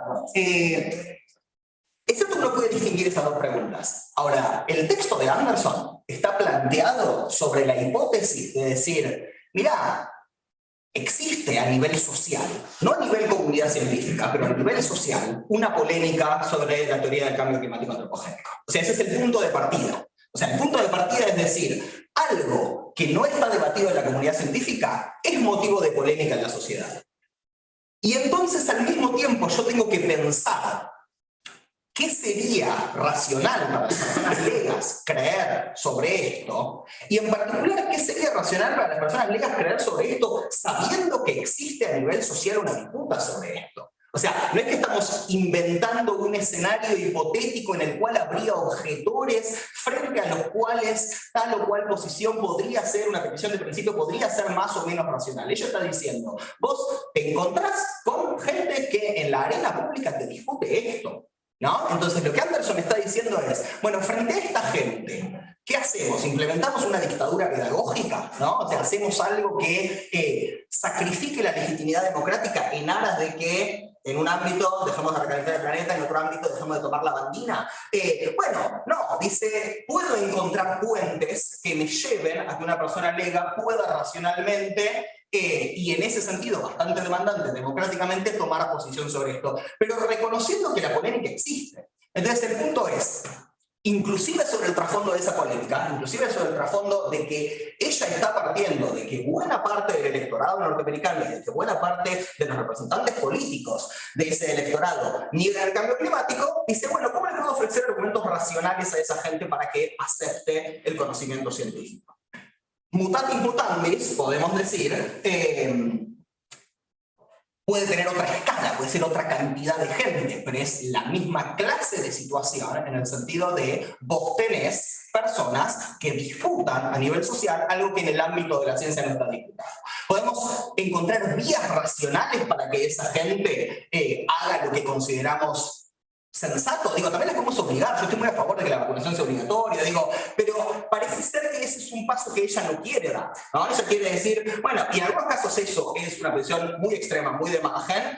En otros países no. Qué sé yo, en Alemania durante meses estuvo estancada en 70% de la vacunación porque había gente que no quería vacunarse y eran unos cuantos, ¿no? Entonces, frente a esa gente, Anderson dice, bueno, vos andés a comunicar consenso y eso puede inducir un cambio racional de creencias, y nuestro punto es, mira, si eso obliga, dado el tipo de argumento que esa gente está usando, a cometer una petición de principio, eso no sería un cambio racional de creencias, no los estás refutando en su propio terreno. En todo caso, tendrías que desacreditar las teorías conspirativas que están por detrás de su planteo de que el nuevo orden mundial te quiere implantar chips para convertirte en un robot humano. Va por otro lado, no va por la mera reafirmación del consenso. No sé si eso responde a algo satisfactoriamente. Sí, iba a decir algo chiquito, que es que cuando hablamos de los antivacunas, por ejemplo, tenemos el problema extra que no nos presentan quizás los terraplanistas, o incluso los negacionistas de cambio climático que lograron algo que ahora sí nos representa un problema, pero que si se hubieran mantenido en una manera un poco más marginal como las antivacunas quizás no sería tan problemático, es que con un poquito de antivacunas ya ponemos en riesgo la inmunidad de grupo. Entonces, hay que pensar, digamos, más allá de decir, bueno, quizás al 90%, al 95% de la población comunicando el consenso nos alcanza para que puedan justificar, para que adopten racionalmente esta creencia, pero si al 5%, o al 10%, al 3%, ¿no? Depende, además de enfermedad, cuál es el umbral que necesitamos de cobertura. Pero con incluso una población muy pequeña que no adopte racionalmente, simplemente por comunicarse el consenso esta creencia, estamos en un problema serio. Entonces ahí me parece que también es el punto en el que deberíamos tomar la decisión, y por eso es que creo que es muy valioso tener esta discusión y no quedarnos simplemente diciendo, bueno, sí, alcanza a salir a comunicar el consenso, sino pensar, bueno, si no nos alcanza para un dado porcentaje de esa población, ¿qué hacemos con ese porcentaje? ¿Los intentamos manipular emocionalmente? Anderson en la sección 4 de ese artículo dice, llamen a un pastor evangelista y que se encargue de decirles que existe el cambio climático, antropogénico, hay que hacer algo. Llamamos a pastores que le digan a la gente que vacunarse. Yo no tengo mucho problema con eso, pero es una discusión que me parece que está bueno tener. Decir, bueno, queremos que sea manipulando a la gente, queremos que sea racional. Si es racional, no les podemos pedir que sea simplemente porque les estamos comunicando el consenso, porque con eso no les alcanza. O sea, desde su punto de vista, desde su propio terreno, eso no sería racional. Entonces, por más que sea una proporción chiquitita respecto de toda la población, igual necesitamos lidiar con esa gente. Nosotros no vamos lidiando con todos los discursos anticientíficos que hay. Hay un montón de cosas increíblemente delirantes y no pasan a la arena pública porque no tienen esas consecuencias prácticas. Después también podemos discutir si no son la puerta de entrada a drogas más duras, ¿no? Digo, si no empieza creyendo que los duendes, ves que después termina pensando que hay que vacunarse. Pero en términos prácticos, el hecho de que los antivacunas sean poquitos, por suerte, por lo menos en nuestro país, de todas maneras debería ser una alerta.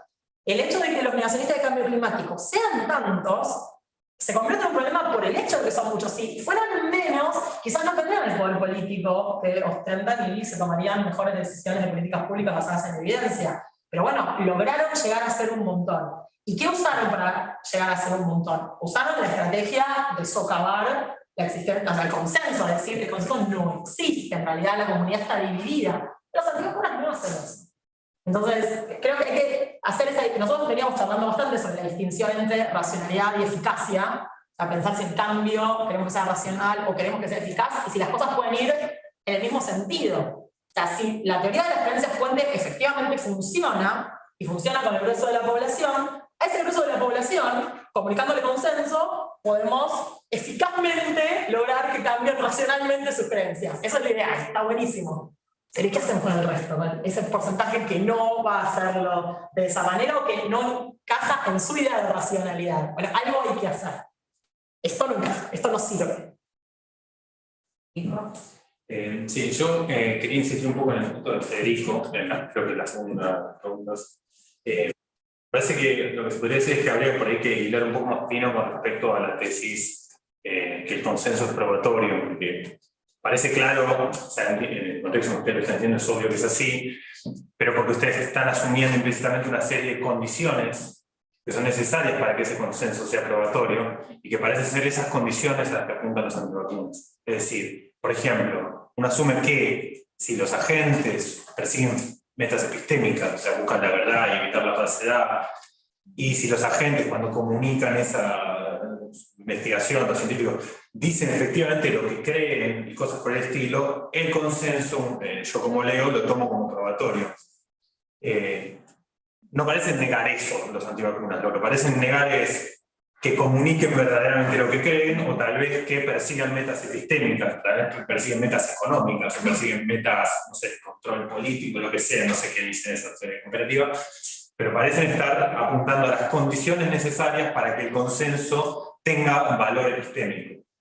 Entonces habría unos que niegan el consenso, otros que niegan que estén dadas las condiciones para que ese consenso tenga valor epistémico, y después estaría una posición que no sé si alguien la sostiene, que es, incluso dadas todas esas condiciones no tiene valor probatorio, que ya sería algo muy extremo, digamos. Ya, bueno, ya serían los terroristas.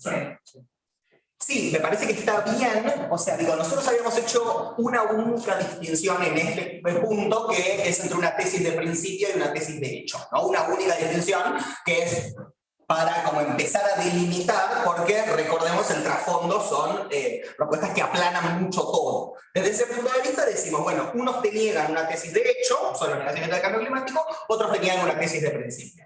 A partir de la observación que hace vos, con la cual acuerdo, uno podría decir, bueno, en realidad, en la tesis acerca del valor probatorio del consenso, también vos podés subdividir ahí dentro entre una tesis de hecho y una tesis de principio.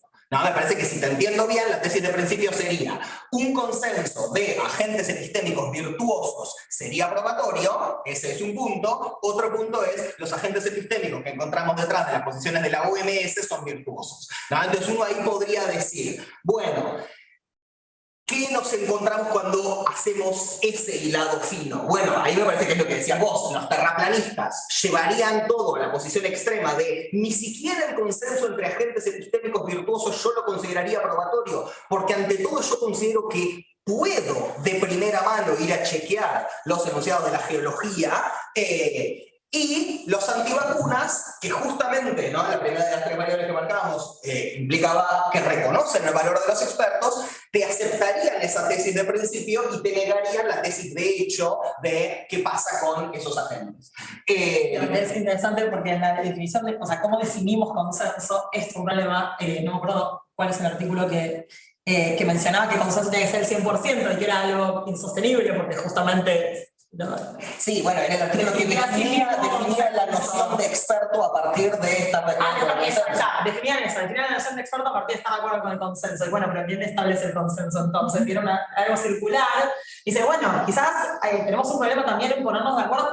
En ponernos de acuerdo y en comunicar qué implica ese consenso. A veces, la respuesta a todo esto es más complejo. Eso es lo que nos pasa cada vez que terminamos de pensar sobre estos temas, que esto es mucho más complejo, y el hecho de querer achatar todo, encajarlo en clasificaciones y que quede todo bonito como quiere hacer McIntyre, por ejemplo, nos hace perder esto que era mucho más fino, y empiezan a aparecer estas diferencias que incluso probablemente existan muchas más diferencias dentro de cada uno de los grupos. Nosotros vamos al Médicos por la Verdad, por ejemplo, porque son bastante representativos, pero no son los únicos. Entonces es probable que incluso dentro de la comunidad antivacunas haya personas que se comporten como los negacionistas del cambio climático también.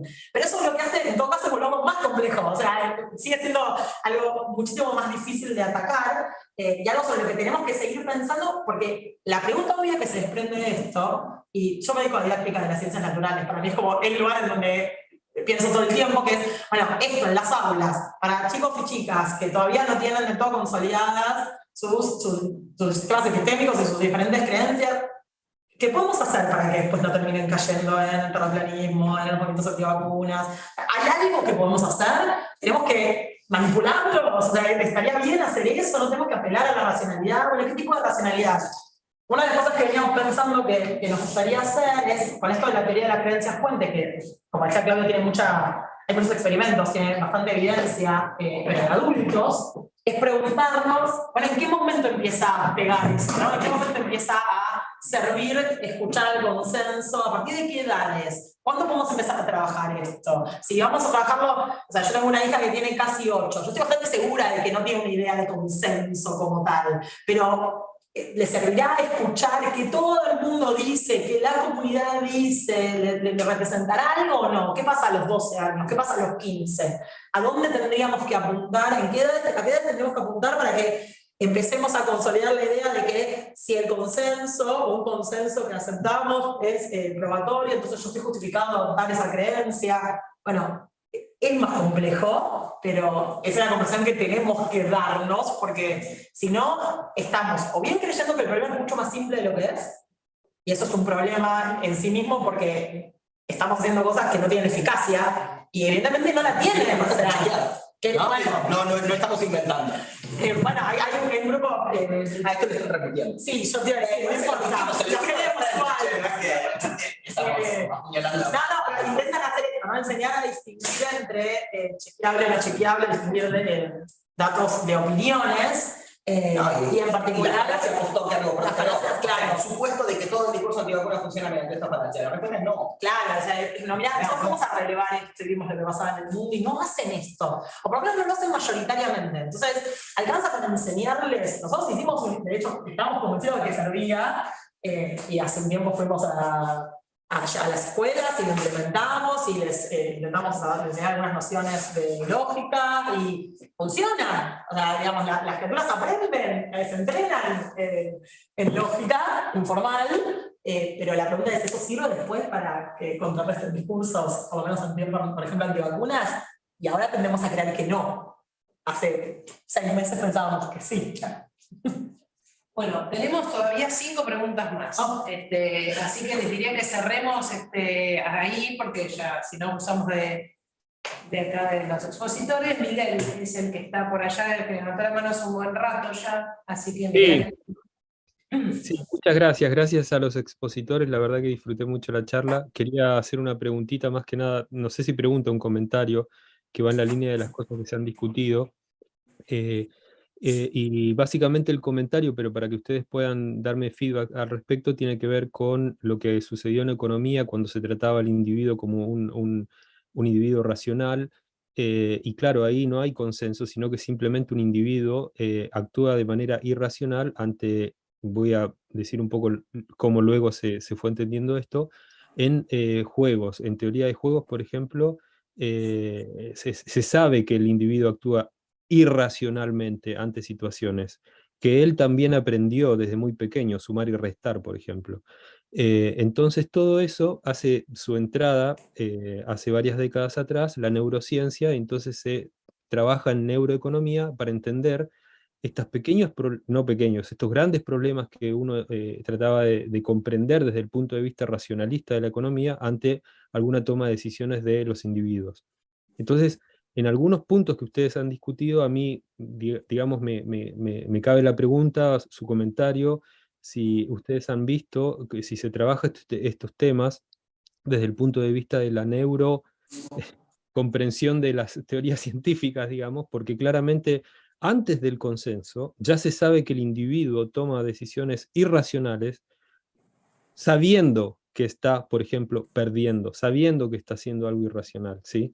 Pero hoy en día, desde el punto de vista de neuroeconomía, se sabe que hay variedad de temas que tienen que ver con una decisión por temas sociales, una decisión por temas de lo que se llama loss aversion, una variedad de cosas. que tienen que ver en esa decisión irracional, ¿sí? Es decir, me pongo en el punto, mi discusión comienza con que el individuo toma decisiones irracionales. Entonces, nada, una invitación para que ustedes puedan, no sé, comentarme si han visto algo sobre esto en los temas que ustedes, por supuesto, han atacado muy bien. Gracias. Es muy linda la economía conductual. Es muy linda esto de los seres irracionales. Hay un libro que se llama Irracionalmente Predecibles o algo por el estilo, que justamente muestra cómo tomamos decisiones irracionales, pero esas decisiones son fácilmente predecibles. O sea, sabemos que vamos a tomar ciertas decisiones irracionales y se usa mucho también para vendernos cosas y demás. Hay un personaje que se llama Dan Ariely que tiene mucho trabajo hecho al respecto. Yo no recuerdo haber visto nada apuntado desde neurocognición, pero fisiológicamente hablando, pero Hemos visto en el texto de Bueno. Sam Harris. no, bueno, sí, pero no recuerdo. Sí, pero me espanto. Es un texto en donde hay unos gráficos que intentan mostrar una correlación y es una nube de puntos que claramente no tiene correlación con nada. Se está centrado en Sí. permanencia irracional en las propias creencias. No encontramos buena evidencia, vimos eso. Debe haber buena evidencia. Pero es interesante para cruzarlo. Sí. Es interesante, igual a mí me hace pensar, por estoy diciendo una cosa, pero a mí me hace pensar que si tomamos ese camino, estamos comprando de alguna manera también la idea de que quizás no nos quede más remedio que manipular a ciertas personas. A veces no podemos pedir racionalidad en algunas cuestiones y que entonces necesitaríamos manipularlas para que, por ejemplo, se vacunen o no tomen la bandina o cosas por el estilo. Pero es interesante. Sí, que es la conclusión pesimista que saca la propia Anderson, ¿no? Sí. Porque se basa en el modelo de la cognición cultural. El modelo de la cognición cultural no llega al nivel del análisis neurológico, pero se basa en esta idea. Ahí la única discusión es qué tan de masas es ese tipo de irracionalidad. O sea, en realidad pareciera ser un fenómeno más marginal. Claro, pareciera ser minoritario. Pareciera por ser suerte, minoritario, por ahora. sí. Ahora sí, la teoría de la cognición cultural busca analizar cierto tipo de irracionalidad como algo que constatamos empíricamente y con lo cual tenemos que saber lidiar porque se da, ¿no? Así que, no sé, diría eso. Tengo una breve pregunta porque la que tenía específico antes, pero aprovecho. No, porque son temas que no manejo. ¿Cuál es la definición de consenso que ustedes buscan? Digamos, o sea, ustedes mencionan cuál sería el consenso y si el consenso y el término científico en algún momento entran en colisión, digo, bajo esta perspectiva, ¿cómo sería un cambio científico si ese consenso es lo que ustedes, digamos, están de alguna manera tratando de atacar los focos que atacan ese consenso? Sí, bueno, nos manejamos justamente para estar en el mismo terreno de quienes niegan el consenso, con una definición lo suficientemente vaga de consenso, ¿no? Como, bueno, acuerdo de la gran mayoría de la comunidad de expertos, ¿no? Porque es más o menos el mismo vocabulario en el cual se mueve Anderson, ¿no? Dice, no da una definición muy precisa, dice, bueno, la existencia de a few dissenters no altera el consenso, pero efectivamente nunca cuantifica esto, ¿no? Entonces nosotros nos manejamos en el mismo terreno de vaguedad, porque también es el mismo terreno de vaguedad en el cual se mueven quienes, atacando el hecho de la existencia del consenso, dicen, no, bueno, en realidad la comunidad está dividida. No es que dicen, bueno, consenso requiere 100% o algo por el estilo, ¿no? Se suele mover en el terreno de una caracterización vaga de gran mayoría de los expertos y una crítica también vaga que dice, bueno, la comunidad está más o menos dividida por partes iguales, pero no quisimos dar una definición más precisa que eso, porque si pusiéramos un estándar en particular demasiado alto de consenso, entonces tendrían razón los negacionistas del cambio climático en que no es 100%. Ha habido algunas definiciones, ¿no? Que, como comentaba ella, como definen la categoría misma de experto, como solo le reconoce el título de experto al que está de acuerdo con el consenso, entonces por principio el consenso abarca el 100% de los expertos, ¿no? Nos parecía que eso era claramente demasiado restrictivo y no permitía comprender el fenómeno. Sobre lo del cambio científico, bueno, creo que es un tema, si te estoy entendiendo bien, creo que es ortogonal a esta cuestión, En todo caso, es cierto que el cambio científico puede incluir una dimensión de razonablemente discrepar con el consenso, solo que en este caso no estábamos hablando de la conducta de los miembros de la propia comunidad científica, sino de la conducta de los legos, ¿no? O sea, el problema de racionalidad doxástica que se plantea acá no es si los miembros de la comunidad científica tienen que ser reacios al cambio y continuar profundizando ese consenso, sino si los legos que constatan la existencia de un consenso tienen con eso mismo una justificación epistémica para aceptar aquello en torno a lo cual hay consenso, mientras que si constatan una discrepancia más o menos empatada en la comunidad experta, eso debería inducirlos a suspender el juicio, ¿no? Pero digo, me parece que es un problema ortogonal. Sí, o sea, yo diría que era racional en el 1300 ver que la Tierra era el centro del universo. Claro. O sea, Sí, es es racional un para una persona lega creer eso.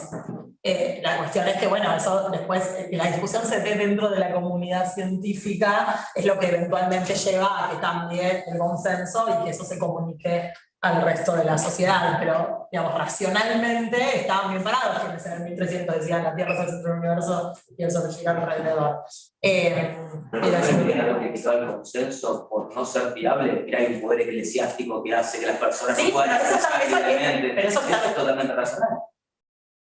En realidad, o sea, lo que diríamos es que, eso también son excusas de ruidos. Lo que diríamos es que era racional en ese momento creer que la Tierra era el centro del universo y que en todo caso, si uno tenía buenas evidencias de, pero el punto es que no había buenas evidencias en ese momento de que no fuera así, por eso no era racional adoptar la creencia contraria. Por mencionar un texto, ¿no? Vamos a la Revolución Copernicana de Kuhn, ¿no? Digo, o sea, no quiero abrir más ejes de discusión, ¿no? Pero la cantidad de evidencia en contra del heliocentrismo durante siglos fue muy grande. Del socialismo. No, contra el está bien. heliocentrismo. O sea, había buenos Sí, sí, motivos sí, para sí, que la sí. gente fuera geocéntrica. Sí, claro. Para empezar, no tenías una teoría de la inercia que explicara por qué nos sentimos el movimiento de la Tierra. Además, hasta que surge Kepler, no tenías un modelo planetario que fuera mejor que el modelo geocéntrico prediciendo las posiciones de los planetas. Los primeros modelos heliocéntricos también necesitaban recorrer siglos y demás. Entonces, digo, había buenos motivos para que hubiera discrepancia entre los expertos, por lo menos hasta Kepler. Pero bueno, me parece que es un tema. No, pero una cosa más que es interesante igual hacer la distinción entre comunidad de expertos y legos e incluso quienes están en el paso intermedio que pueden ser, por ejemplo, comunicadores de la ciencia o periodistas científicos y demás. Porque, y eso es algo que nos pasó incluso escribiendo un artículo, que es, bueno, ¿a quién estamos hablando con esto? Porque no es lo mismo hablarle a la comunidad científica, ¿no? O a la comunidad filosófica para discutir sobre estos temas desde el punto de vista teórico, no es que hablarle a las personas que van a hacer la comunicación de la ciencia y decir, che, pensemos estrategias para ver cómo hacemos para que las personas legas adopten estas creencias de forma racional, o no, o simplemente las adopten, no importa cómo. Por ejemplo, el documento de la Organización Mundial de la Salud, que mencionaba Claudio, que es el que adopta este modelo flip, que hace cosas raras, es un documento que está dirigido a personas que hacen comunicación de la ciencia. O sea, a los voceros de organizaciones. O sea, no está dirigido al público lego. Es mucho más específico. Entonces, bueno, quizás también hay que pensar estas distinciones, es decir, un artículo pensado para legos es una cosa, un artículo pensado para comunicadores de ciencia es otra, un artículo para discutir estas cuestiones teóricas está en otro lugar también, las discusiones que se dan dentro de la comunidad científica no son las mismas que después vamos a comunicar a la sociedad. O sea, está bien tener algunas discusiones hacia adentro y después lograr el consenso que es el que se comunica hacia afuera. Entonces está bueno también tener en mente esas distinciones, porque además las personas legas no van a leer los papers, en principio, ¿no? Eso es otra cosa. Entonces, lo que tenemos que comunicar hacia afuera no puede ser una discusión de un paper, tiene que ser otra cosa. El producto que comunicamos tiene que ser distinto. Así que está bueno también tener en mente eso, que no es lo mismo a quién le hablamos en cada situación. Sí, como dijo Tomás, yo también iba a ir en principio por la distinción entre terraplanistas y antivacunas, porque me parece que, de hecho, yo discutiría lo de la lavandina y te diría, muchos que son antivacunas en este sentido racional, lavandina no, pero ivermectina sí. porque la sugerencia de la ivermectina respondía a la estrategia médica habitual. Tenés que tomar tanto en tal momento, si ya te pasaron 2 días no la tomes. Es decir, hay un discurso alrededor de ese uso y yo he escuchado una jefa de servicio del hospital público sugerir el uso de ivermectina en el 2020, ¿no? En la idea de gente con credenciales importantes. Y creo que algo de esto, y retomo lo que dijiste, Valeria, después, que tiene que ver con la educación científica obligatoria, me parece que hay mucho en el tema de antivacunas que pasa por los mitos epistemológicos o los mitos de lo que es la ciencia, que lo suelen transmitir muchas y muchos docentes de ciencia. La idea de que no es consenso, es universal. Si no es universal, no es ciencia. Y si no es verdadero en un sentido eterno, tampoco es ciencia. Entonces, yo recuerdo que tomaba ivermectina, que estaba contra la vacuna en el 2020 diciendo, bueno, pero pará, si estos no deben hacer ciencia en serio, porque cambian cada 3 meses, que sí usemos barbijo, que no usemos barbijo, que cómo puede ser que el suero hiperinmune de los caballos sí, o sea, yo tengo un amigo personalmente que donó, uno de los primeros contagiados, que donó su sangre para estas cosas, pues dijeron, la verdad no, gracias, te agradecemos mucho, pero no sirve. Estaba enojadísimo con esto.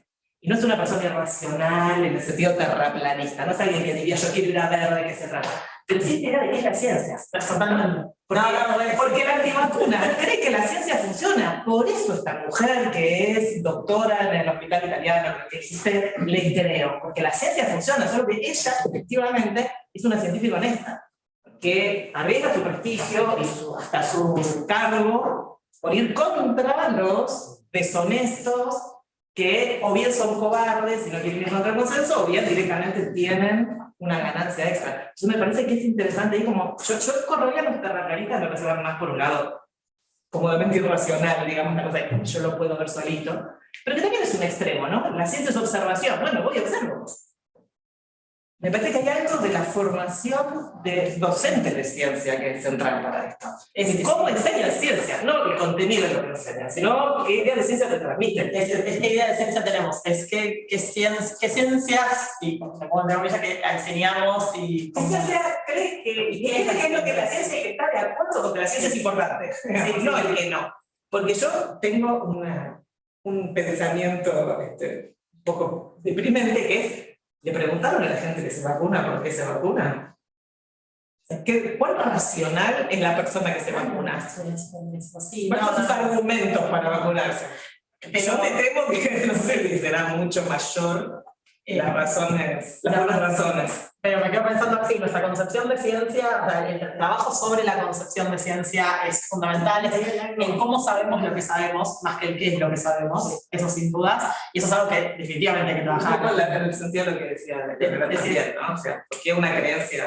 Sí, pero eso, si no es algo a trabajar es algo a trabajar en escuelas y en formación docente, porque absolutamente, o sea, el problema es que hay muchas de las cuestiones que se ven en escuela primaria y que no se van a retomar, que son de secundaria, y cuando se llega a la formación docente se da presentado que ya se aprendieron en la escuela primaria, incluso en términos de contenidos, que no se trabajan desde formación docente como para cambiar algunos marcos y que esas nuevas docentes formadas puedan después cambiar las concepciones que se siguen dando en primaria. Eso sí, sin duda. O sea, la concepción de ciencia es algo que definitivamente hay que trabajar.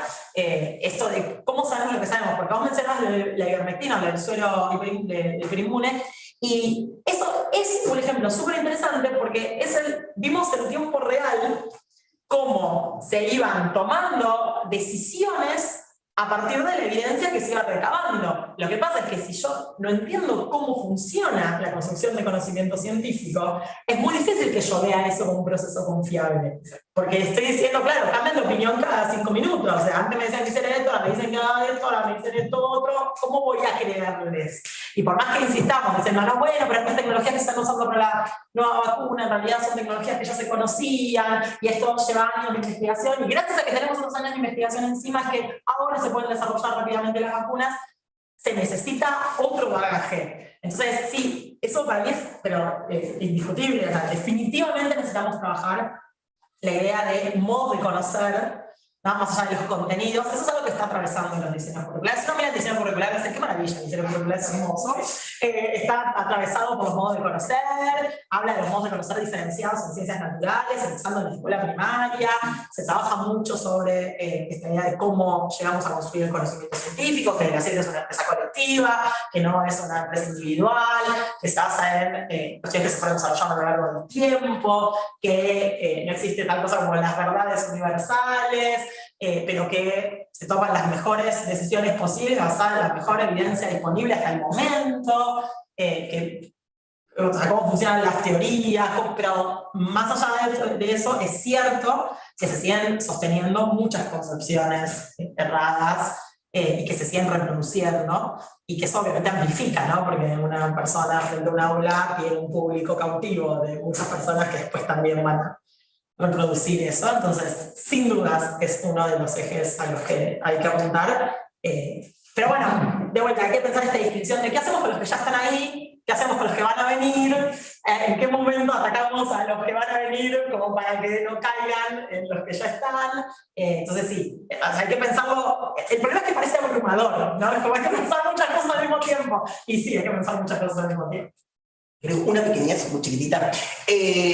Acuerdo con lo que decís de hay que distinguir los dos tipos, pero justamente nosotros, al decir que tanto terraplanistas como antivacunas hay que diferenciarnos de la estrategia del tabaco, tampoco los estamos asimilando entre sí, ante todo porque hay una diferencia clave que es el reconocimiento o no del testimonio experto, ¿no? Entonces, en ese sentido, acuerdo con que hay que hilar fino en ese contexto.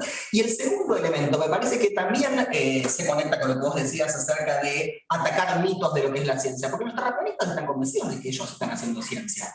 Y lo irónico es que muchas de las respuestas a los terraplanistas comparten esos mitos. Porque muchas de las respuestas de los terraplanistas consisten en decir, pero Raúl, es obvio que vos podés ir y ver que la Tierra es redonda. Y no hay que responderle eso a Raúl. Lo que hay que responderle a Raúl es, mirá, tu modelo individualista de ciencia encajaba con lo que se podía hacer en la época de la revolución científica. Es lo que podía defender Bacon. Pero justamente porque la revolución científica tuvo tanto éxito, es que hoy somos, inclusive las personas que tienen una especialidad científica, brutalmente ignorantes en todas las demás. O sea, lo primero que hay que atacar es el mito de que hoy se puede entender la ciencia como una empresa individual, como en la época de Descartes o de Bacon, ¿no? O sea, lo primero que hay que decir no es, no, haz este otro experimento y te vas a dar cuenta de que la Tierra es redonda. Lo que hay que decirles es, todo el mundo, empezando por vos cuando tomás agua potable, cuando te subís un ascensor, etcétera, etcétera, estamos aceptando un saber experto de cuestiones de las cuales no podríamos ser especialistas, y la comunidad científica también.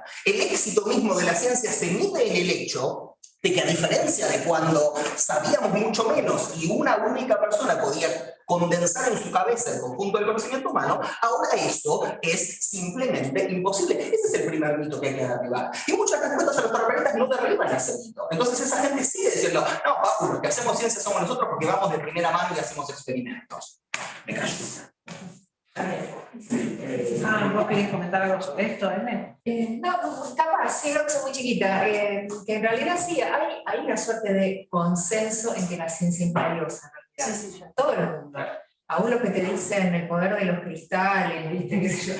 Te lo van a tratar de explicar científicamente, de manera ridícula, pero... en realidad ese consenso es... Claro, en vez de darle carnadura que estamos haciendo por eso ciencia. llamar anticientíficos o sea, no hay gente que cuestiona a la ciencia como empresa, simplemente tiene una idea muy equivocada o del contenido o de cómo se hace ciencia. Igual también están los que van a decir que no es la única forma de tener conocimiento, o sea, que eso es otro problema, no que es la trivialización del conocimiento. Están quienes van a agarrarse de eso, tan por eso. Sí, pero esta gente... te valida. Yo hago ciencia. Sí. Bueno, gracias por la charla, me encantó, y también gracias por el laburo que hacen en las tareas que recibo aquí. Me quedé muy pegado al tema con el que concluyeron, que quedó súper abierto qué hacer cuando estamos en ese escenario, que obvio que se presentó como mucho más preocupante estos años. Entiendo que no están haciendo ningún manual sobre lo que hay que hacer, al contrario, están haciendo preguntas, pero yo les acerco también esta pregunta, que es si por ahí se podrían hacer distintas estrategias o acciones, también teniendo en cuenta cuál sea el volumen de ese problema que nos estamos enfrentando. No sé cuáles serían las distintas, obviamente, pero supongo que es distinto. Si hay un par de personas nada más que creen que tomar agua, no sé, y meter ideas de, no sé, de algún tipo, porque el agua potable no sé qué. Sí, tiene flúor. Solo toma vino. Exacto, como cerveza o gaseosa, ya que no tiene nada de eso, seguro. O un 5% o 10% de gente que no se quiere vacunar, que pone en riesgo el contagio de una enfermedad muy problemática, o 45% de gente que cree que una determinada etnia quiere socavar la realidad económica de nuestro país y nuestra nación. Porque está escrito en un libro que circula entre ellos secretamente. Entonces, como que supongo que hay umbrales que vuelven necesarios distintos tipos de acciones, algunas de las cuales ustedes mencionaron. Y es simplemente un llamado a ver si estuvieron pensando en esto, qué más, cómo más necesita seguir desarrollando todas estas ideas. Sí. Tenemos un nombre para eso. Sí, como para empezar a primar el bochín, ¿no? Obviamente no vamos a liquidar nada ahora y hay que elaborarlo mucho más. Pero digo, grosso modo decíamos, bueno, que hay que distinguir falopa de mayoría y falopa de minoría, ¿no? O sea, falopa de masas y falopa de minoría. ¿Por qué? Porque nos daba la sensación de que lo que estábamos probando también mostraba la irrelevancia de lo que probamos, ¿no? Porque si decimos, bueno, vos probaste que el grueso de la gente, o argumentaste que el grueso de la gente funciona de acuerdo con la teoría de la creencia fuente, y los que quedan son los 4 gatos locos que son antivacunas o terraplanistas. Bueno, fantástico. Entonces estás demostrando indirectamente que por más que ni Anderson ni McIntyre hagan distinciones, de todos modos alcanza con comunicar el proceso porque el grueso de la gente obedece al modelo descrito por la teoría de la creencia fuente, ¿no? Entonces lo primero que decíamos es, bueno, pero esa falopa de minorías para la cual necesitamos estrategias diferenciadas puede ser un problema, por ejemplo, para la inmunidad de rebaño, ¿no? Y en relación a eso, hay muchos estudios, algunos de los cuales, o sea, son eficaces pero son deprimentes, ¿no? Digo, por ejemplo, cosas que se han probado. Se ha probado con un grupo experimental y un grupo control, que si a uno de los grupos vos le decís, este médico que todos los domingos va a misa, a la iglesia del Sagrado Corazón, defiende el uso de las vacunas, en ese grupo vas a encontrar mayor receptividad de las vacunas que en el otro. Te quedas en un corchazo cuando ves eso, porque decís, bueno, se nos fue, ¿no? A la mierda la exigencia de racionalidad, pero eso funciona, ¿no? Porque vos, ¿qué haces? Identificás demográficamente qué grupos tienden a tener resistencia, por ejemplo, a la vacuna, y decís, bueno, somos cristianos fundamentalistas. ¿Qué piensan los cristianos fundamentalistas? Que los médicos o los científicos en general no comparten sus valores. ¿Qué haces? Bueno, buscás representantes de eso, ¿no? Entonces, te conseguís de aliado a un médico que sea lo más reaccionario posible, que esté en contra del aborto, que sea un horror de persona, pero que diga, chicos, vacúnense, pues se van a acabar muriendo. Eso funciona, ¿no? O recurrir a líderes regionales de pequeñas comunidades que descreen del Estado central en países como, no sé, Nigeria. Porque, o sea, los estudios que tenemos relevando son como súper, así como quirúrgicos. Es, ¿cómo funciona el negacionismo en Nigeria? Bueno, tenés distintos grupos tribales, entonces tenés que conseguir aliados en los grupos tribales. ¿Cómo funciona el negacionismo en Jordania? Que parece ser el país con más negacionismo. Y así, ¿no? Entonces ahí las estrategias se pluralizan mucho más. Pero lo que tienen en común, y me callo, es que difícilmente diríamos que esas estrategias son más eficaces porque son más racionales. No, mirá, está diciendo que el médico va a la iglesia, no sé qué pindonga. Eso no es más racional, pero funciona, sí. No, y por otro lado, algo con lo que nos encontramos también una y otra vez es que muchas veces aparecen, incluso en personas que son comunicadoras de ciencia y que obviamente tienen buenas intenciones, digo, estamos todos en el mismo barco, aparecen a veces discursos como, bueno, no es tan tremendo que la gente crea en la astrología, o bueno, porque no tiene consecuencias prácticas. Y una de las cosas que nosotros también estuvimos tratando de mirar, y sobre eso nos falta profundizar bastante, es cómo eso funciona de puerta de entrada a otras cosas, o qué nos dice de tu sistema de creencias, ¿no? O sea, si vos estás aceptando algo como la astrología o la homeopatía, eso, ¿qué nos dice el resto de tus creencias? ¿Qué te dice tus normas? Claro, o sea, eso todo está entretejido, entonces si se cae uno, se cae todo lo demás. ¿No es preocupante? Nos debería preocupar de todas maneras. En Argentina, por ejemplo, el otro día nos enteramos de que el 40% de la gente declara usar medicina, o haber usado medicina alternativa. Es un montón. Es muchísimo 40%. Y yo no sé si es algo que está tan, que se conoce tanto. Ese número a mí me pareció muy impactante, porque yo no había dicho que era un número tan alto.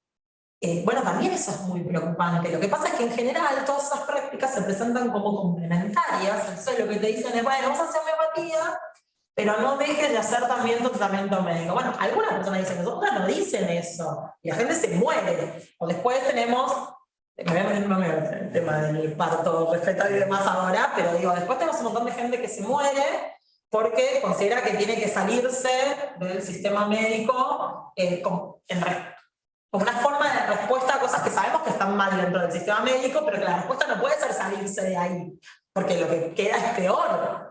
Entonces, tampoco podemos minimizar algunos de estos discursos simplemente porque no parezcan tener consecuencias prácticas. Es lo que decimos con los terraplanistas.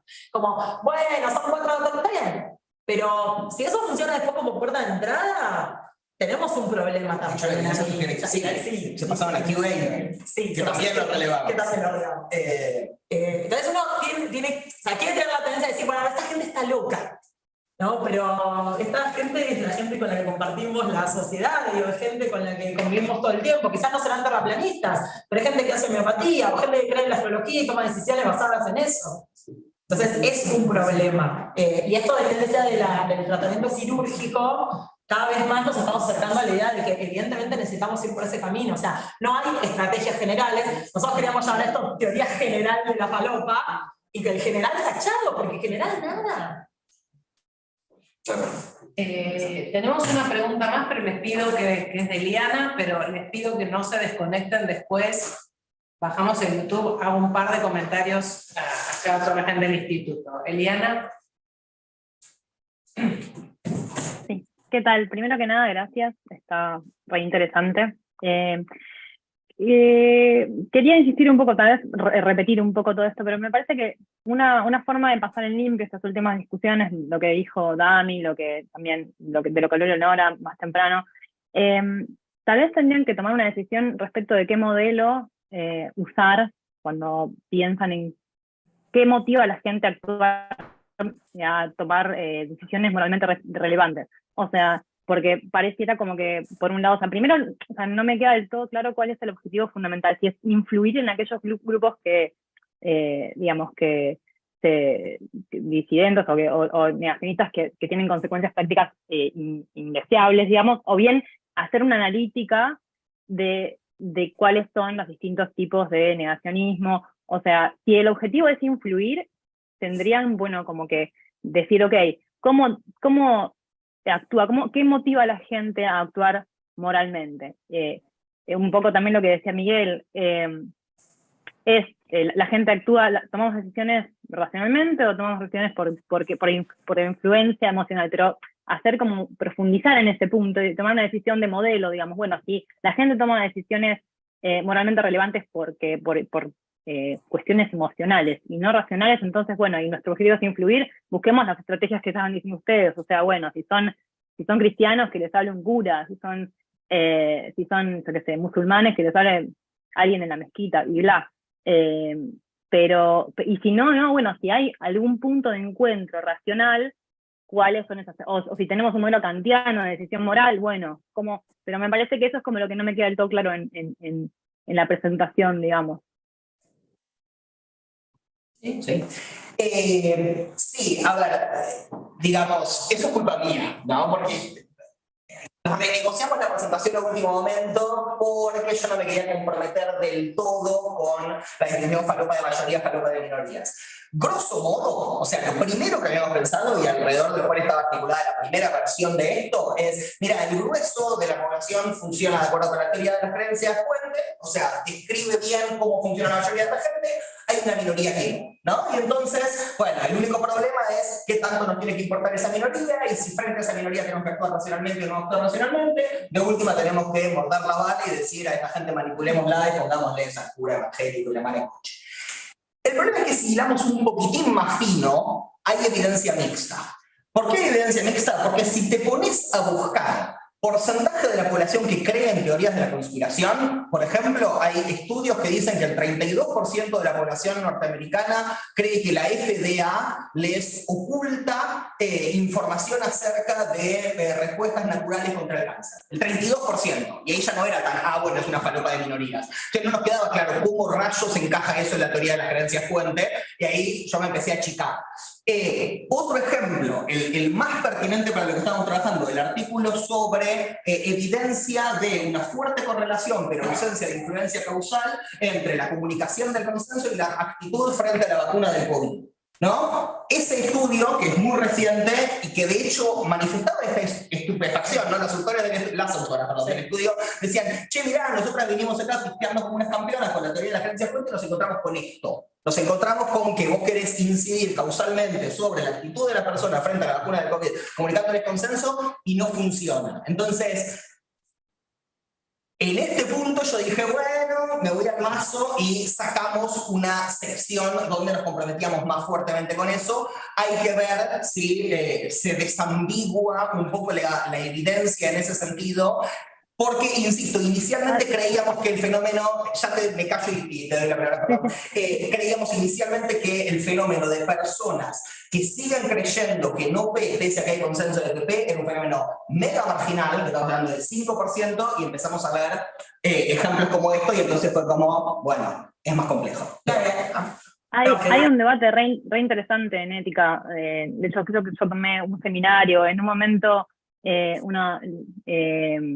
Una docente, Graciela Videla, no me acuerdo. Sí, fue en otra era de mi vida, cuando hacía filosofía práctica, sobre motivación moral, dio una clase de problemas especiales de ética, justamente, y hay toda una discusión re interesante sobre qué motiva la acción moralmente racional, y corrientes, hay corrientes kantianas, corrientes humeanas, entre comillas, hay quienes deconstruyen un poco esa dicotomía. Me parece que hacer una analítica más fina de eso puede tal vez ayudar incluso tomando también los datos de la gente que actúa supuestamente bien, digamos, ¿no? Los que, como decía Lorotica, los que se vacunan. ¿Por qué se vacunan?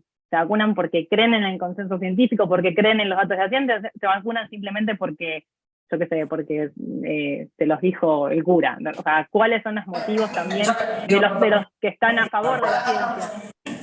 Solo quería agregar con respecto a esto una cosilla más. Tampoco habría que desdeñar la acción llevada a cabo porque es lo que corresponde hacer legalmente, que puede no tener nada que ver con lo que uno cree. Entonces, en muchos casos, mucha gente probablemente haga las cosas porque es lo que la normativa le dice que debe hacer, por ejemplo, vacunar a sus hijos, sin siquiera preguntarse nada. Entonces, en ese sentido, me parece que están dando un peso enorme a la creencia individual como motor de la acción y a la creencia racional como motor de la acción, cuando la acción puede deberse a motivaciones morales que no tienen nada que ver con las creencias racionales o a simplemente cumplir con la norma. Entonces yo separaría bastante más de lo que hacen ustedes, cómo no influir y hasta dónde influir en lo que la gente cree, que tal vez no sea algo en lo que está bien meterse, y sí tratar de ver qué es lo que hace que la gente actúe como actúa. Pero bueno, no, yo quería hay dos cosas. Una es que a mí me tira la salida del mundo y mirar. O sea, yo entiendo que acá siempre hacen discusiones teóricas y me parece que está muy bueno. Pero a mí una de las cosas que me parece es que esto es algo que se salda yendo a ver el mundo y yendo a probar y decir, bueno, yo tengo una hipótesis acerca de lo que puede pasar y demás, pero necesito ir, necesito probarlo y necesito ver cómo responde la gente frente a eso. Entonces, digamos, tampoco podemos comprometernos con algo tan fuertemente, porque la verdad es que hay que ir y probar, y sobre todo porque la evidencia que tenemos hasta el momento es mixta. Y después, por otro lado, quizás también le estamos dando un peso muy fuerte, porque uno podría salir a preguntar y decir a la gente por qué te vacunas. Y la gente nos daría sus razones, y entonces nosotros tenemos confiando en que efectivamente esas son sus razones. Y eso para mí también es otro problema, ¿no? Porque lo que la gente te dice como sus razones, ¿son realmente sus razones? Nosotros tenemos tan buena metacognición como para poder identificar realmente cuáles son nuestras motivaciones. O sea, entonces, quizás lo que podamos recabar de lo que la gente nos dice, después a la hora de ir y hacer un ensayo que trate de mejorar la aceptación de las vacunas, no funciona. Y quizás no funciona porque lo que la gente nos dice no es realmente lo que la motiva a hacerlo. Lo que cree. Exacto. Entonces, yo creo que esto sí es algo que se resuelve en la práctica. O sea, se puede teorizar mucho al respecto y se puede discutir si la teoría de las creencias fuentes, si la teoría de la cognición cultural, si lo hacen por cuestiones normativas, si lo hacen movidos por cuestiones morales individuales, si lo hacen siguiendo al grupo, o sea, si hay algo de influencia en que toda la gente que me rodea lo hace, si no, pero después me parece que es algo que necesitamos ir a ensayar en una situaciones muy puntuales, muy quirúrgicas, porque no va a funcionar igual en todos los grupos, y quizás es un trabajo muy de hormiga. O sea, es decir, bueno, con este grupo, con estas características demográficas, que más o menos se comporta de esta manera, lo que funciona es esto. Pero con este grupo que funciona de otra forma, no nos sirve esto y tenemos que ir. Y yo no sé si podemos encontrar un modelo general que cubra a todos. O sea, eso es lo que a mí me genera ciertas dudas, que es decir, ¿puedo yo imaginarme un modelo de toma de decisiones que me cubra realmente a un gran porcentaje de la población? Yo creo, y puedo estar completamente equivocada, pero yo creo que en este caso no hay un modelo que cubra. O sea, creo que hay que pensarlo muy, muy, muy puntualmente, e incluso después regionalmente. O sea, claramente nuestra idiosincrasia no es la misma que en otras regiones. No tenemos los problemas que tienen en Estados Unidos en términos de negacionismo de cambio climático y en términos de antivacunas, como hay en Alemania. O sea, acá en Argentina la población que es negacionista vocal de las vacunas es muy poca. O sea, los estudios que van de alrededor del 1,5%, por suerte es poquita. Pero bueno, después, o sea, podemos tratar de pensar estrategias que sean más locales y que nos ayuden a contrastar otras cosas, como que el 40% de la gente usa medicina alternativa, o que el 33% de la gente que no es creyente crea en la astrología. Una pequeñez más, yo creo que acuerdo con el espíritu de tu intervención.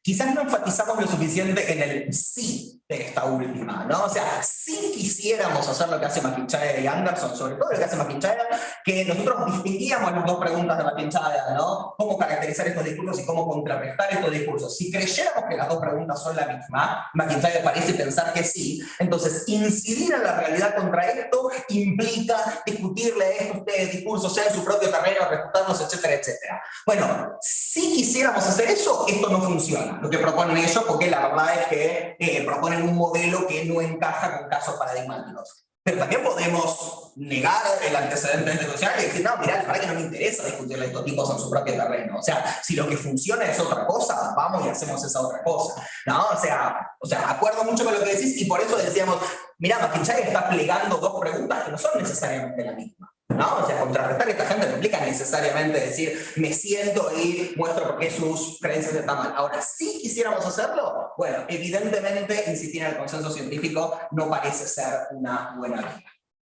Bueno, muy bien. Les agradecemos mucho.